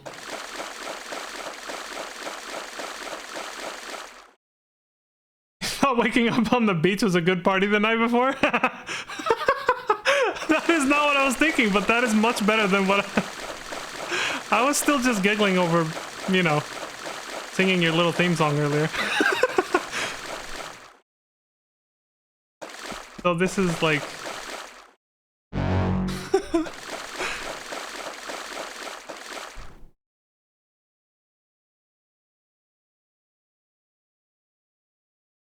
Okay.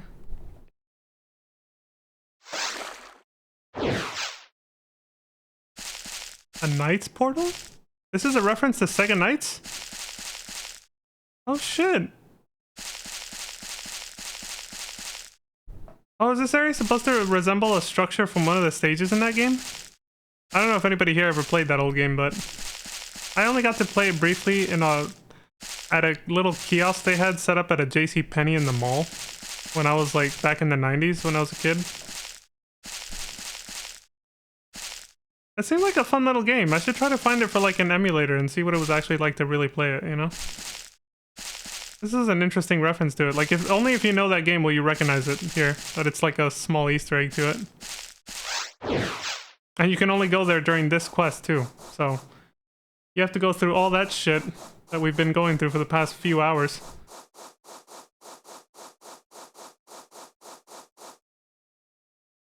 I think that's Ellie.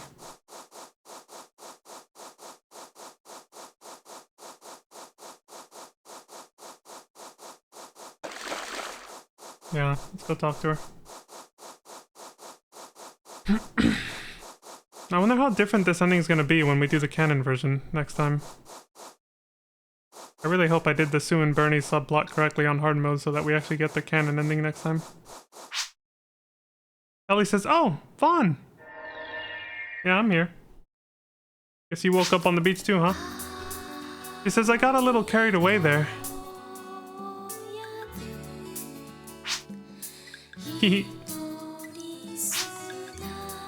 I'm not very good at this kind of thing. What do you mean? I kind of feel like crying, but I'll be okay.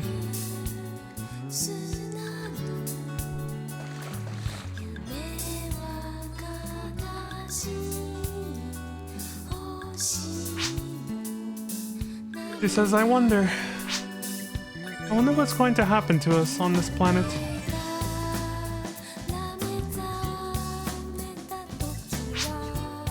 Say, fun. You want to know why I joined Pioneer 2? Sure. When I was little, I wanted to be a hero.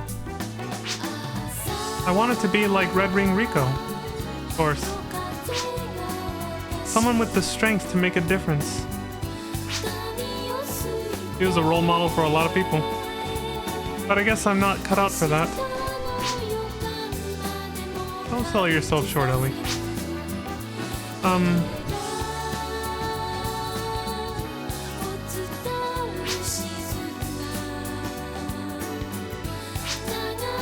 But now I get the feeling that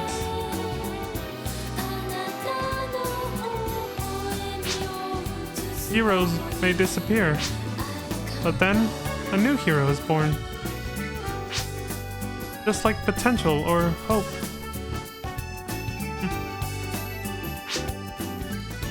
Things may seem dark and hopeless now, but maybe the next hero has already been born.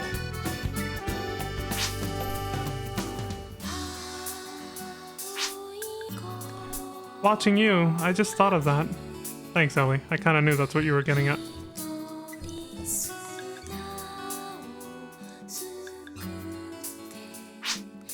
It's like I figured that's where she was going with that. He says, before I joined the lab, the first time I met Cal, I was able to help him because you were with me. Yeah, I helped you download his... So her dialogue would probably be different here if you didn't do that quest in episode 1. Vaughn? I think that's the only reason why I've been able to make it this far. You're giving me a little too much credit. You gotta give yourself more credit too, Ellie. She says, did you think I'd forgotten? I mean, you kind of acted like you didn't remember me at the beginning of this game. That's a nice payoff if you did knowing one's heart.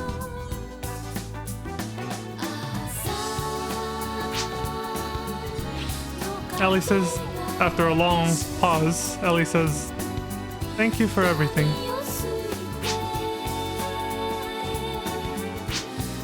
And I look forward to more adventures together, Vaughn. Son of a bitch. Me too, Ellie. Me too.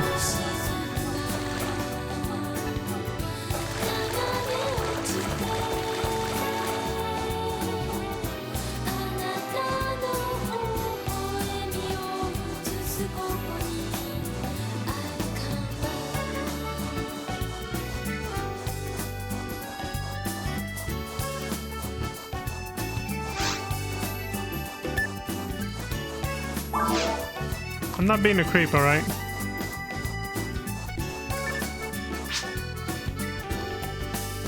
Ellie pauses for a second. He says, I just feel kind of sad.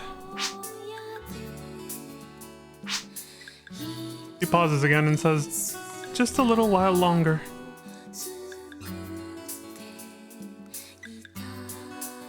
Not ready to go back home yet, huh? I get it. It's a lot that just happened.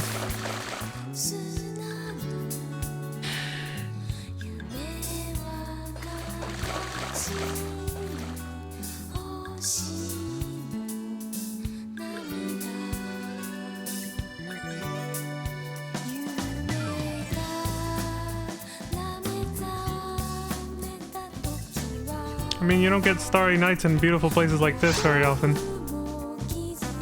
I totally understand her wanting to stay a little longer, you know? Thank you for playing! I guess that's the end of the quest. Ooh. Son of a bitch. With gratitude from the Seat of the Heart staff. Wow, I wonder how many people worked on this. This one quest. Shooting star. Quick, make a wish! Damn. I'm really curious to know what happens in the other ending now. The canon ending. Such a good screenshot. Oh my god, you're right. That was totally wasted screenshot potential. I don't know how to take a screenshot in this game though. What I would have had to like use the normal like Windows screenshot button, which is like the snipping tool. That would have been hella jank, but suppose I could just look back at my stream though. But then my face cam's in the way, you know?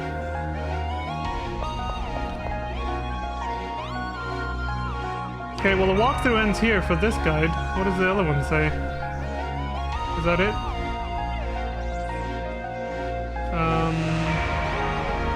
Oh, actually no, that was the maps. Let's see. The end of the mission takes place in the seaside area.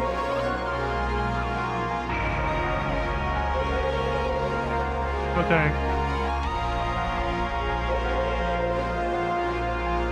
That's pretty much it, so let me see. Let's just talk to Natasha here and see what... Maybe, I don't know, I think it's either print screen or maybe F12?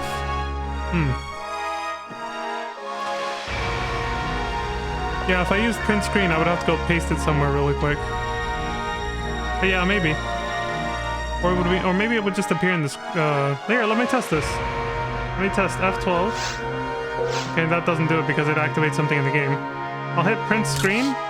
Oh, there it is. I heard the camera sound. There it is. All right, cool. Well, I'll be doing this quest again tomorrow, so. And it will go by a lot faster since I know how to do it now. But the ending will be different. I assume and hope that it'll be a lot happier. We'll see. Natasha says, organizing the second research team will take place later. We wish you good luck with your research, and we look forward to your good work. Okay, so nothing new here. This guy just says congratulations on passing the adaptation exam. And that's it. We may ask you to do things we don't normally ask regular hunters. Oh, he didn't say that last time. He says those jobs may involve high confidentiality, so please keep that in mind. Good luck. Before I turn in the quest, I want to talk to everybody to see if they say anything new. No, she said that last time.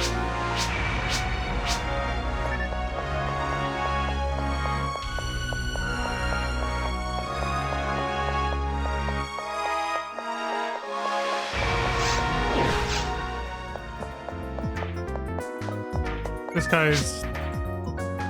No. A lot of people want to know Chief Natasha's background. It's best not to pry on some things, is that what he said? Yeah, it'd be best not to pry too much though. Some things are best left untouched. He recovered as soon as he returned, Ellie. We were all so shocked. Maybe if I get personal with the machine, I can communicate better? Hey, everyone's allowed their own idiosyncrasies. What the hell is she talking about? Did you feel anything after experiencing this together? Or am I the only one? It's like she's talking about the quest we just did, I don't know. But she's also talking as if Ellie was here, even though she's not. I'm telling you, man. Some of the dialogue in the game is just a little broken. Partially because of localization and translation issues too, though. Okay, he didn't change his... No, he didn't change his dialogue. I doubt I need to do this because we're about to turn in the quest, so... I'll get maxed out health and all that. What does she say? Hehehe. You know what? The more a girl falls in love, the better woman she becomes. Aww. I'm getting so excited just thinking about it. Hehe. I mean, Ellie did go through a lot of character development and growth in that quest, so... I don't think she's wrong.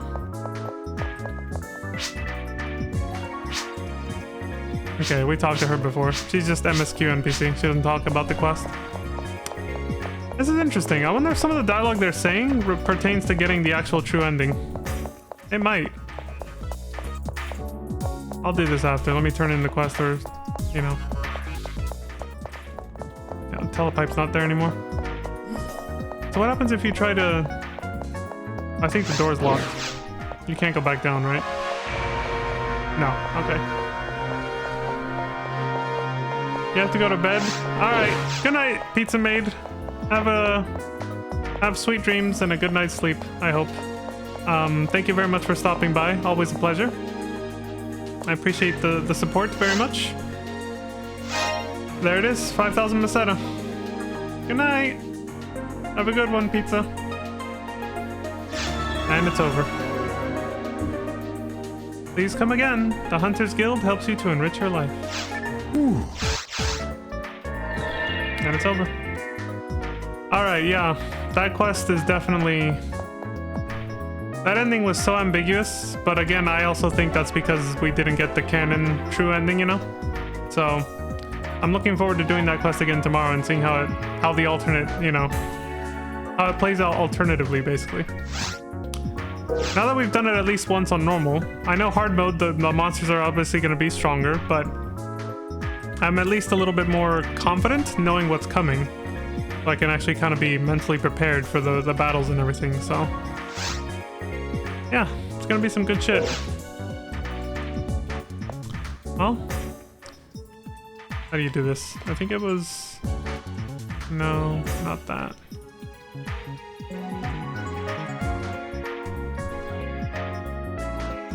There it is. Hell yeah, dude. Son of a bitch. We got a seat. Take a seat, kid. Take a goddamn seat. I love that you can roll around on this thing. It's like an office chair without the wheels, but it's still mobile, you know? The music. Alright, so if that had been the true ending, I'd be kind of upset because I'd be like, so what happened? Kalis just died? He just disappeared then? That's it? They don't get to be together? We did all that for nothing? What's up? I'm hoping, you know, the actual true ending that we'll see tomorrow will actually be, you know, a little bit more satisfying, hopefully. But I wouldn't be surprised if it ends the same way. Or if it ends in a very similar fashion. But I'm hoping it'll give us a little bit more closure too. From what I saw in the guides, even the detailed one wasn't that spoilery. It says the names of certain characters that are going to appear, so it does spoil that. But it doesn't say exactly what they're going to say and what they're doing and what their role and purpose is or anything like that. So, you know, it's still going to be worth playing for that. And I'm curious to see how they add to the story. Because the characters that are going to be there in the canon version are not characters that I would have expected for a quest like this. But I guess I can kind of see, since some of the lore in this quest does seem to tie into the Soul of Steel quest. I guess I can kind of see how I can loosely connect a little bit to the characters that are going to appear. And spoiler alert, it's not who you think just because I said Soul of Steel. It's not that obvious. If you know, you know, but if you don't know, it's not that obvious. You'll find out. But yeah, I'm really excited and curious to see what happens. It's gonna be good. How long did this take us?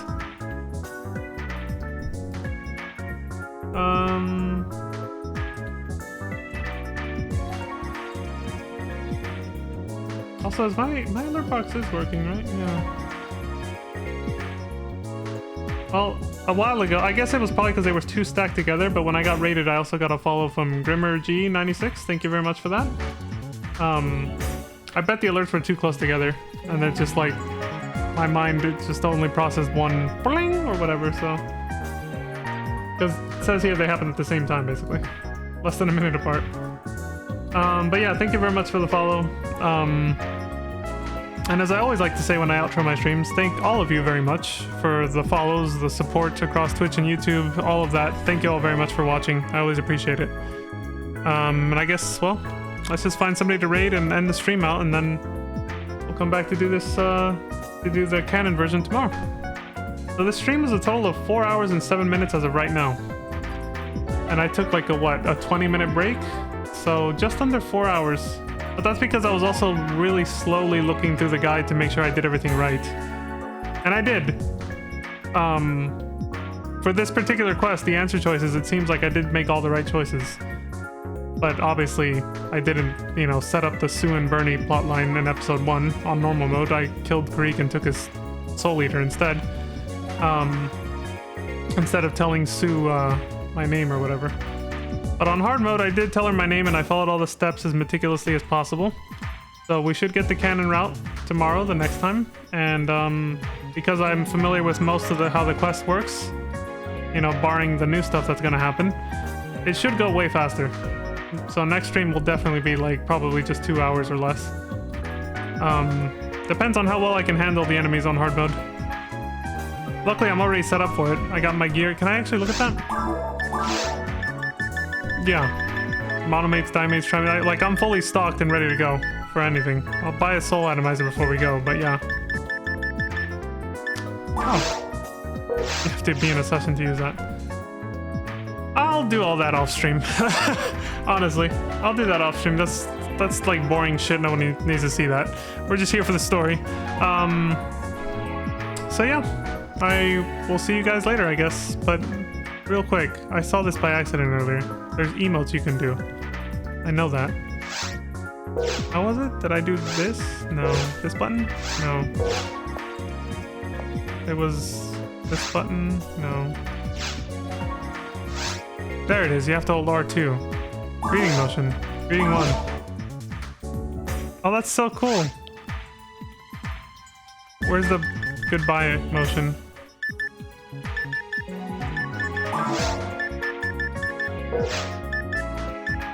Emotion motion? Sorry. Dude, there's so many emotes. I never knew there were emotes in this game. I literally just saw some people doing it on a stream the other day, and then I just by accident found the menu right now, or earlier when the stream started. Salutation. That's like an actual salute, yeah. There we go, that's a good one to say goodbye with. Greeting 2. Okay, greeting 3, greeting 4. Oh, that's formal right there. Alright, I'll do that one. Greeting 4. Alright, folks. Let's look for someone to raid, and then I'll bow out, literally. Let's see. Oh, I made a mistake last time. So I tried to raid somebody streaming Phantasy Star Online, but the thing is I only looked at one category. The most popular category, which is Phantasy Star Online Episode 1 and 2. But... Episode 1 and 2, yeah. But there's also the actual Blueburst category and then the Dreamcast version, so I'll look for that this time too. See if we can actually raid someone playing the game, because I just raided somebody random from my follower list last time. Yeah, let's see. Raid channel. Similar or smaller size. Oh, there's no yeah, nobody in this one. Search and filter. Filter by category. Let's see. Phantasy Star. Because there's nobody in this category. Otherwise that filter would have shown up. Phantasy Star Online.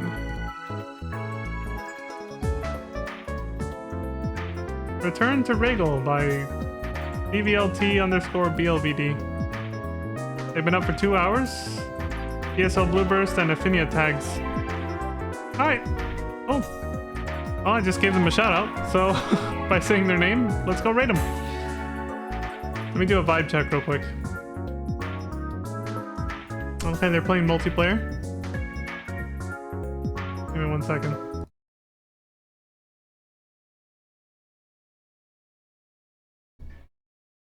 They have a little PNG. So they're not talking much, so I don't know if they actually are on mic or not. But looks like a chill stream, so sure, why not? Start raid. I'm gonna send you over to them. And there it is. Alright folks, well, like I said, thank you all very much for watching. I appreciate the support across Twitch and YouTube. However you decided to support me, I appreciate it very much. The raid will go out in about a minute, so I will say my final goodbyes now, and that'll be that. So, thank you very much, as always. I hope that you all... Well, Vaughn, say goodnight. There it is. Little bow. I hope that you all have a wonderful morning, afternoon, evening, and good night. And until next time, please take care of yourselves. Stay safe out there. Don't die. Look after each other. It sounds more punctual, I think, to just end with don't die, but you get what I mean. Take care and don't die, and I will see you all next time. Until then, take care. Peace. Bye, everybody. Have a good one, and sleep well. Dylan! Son of a bitch.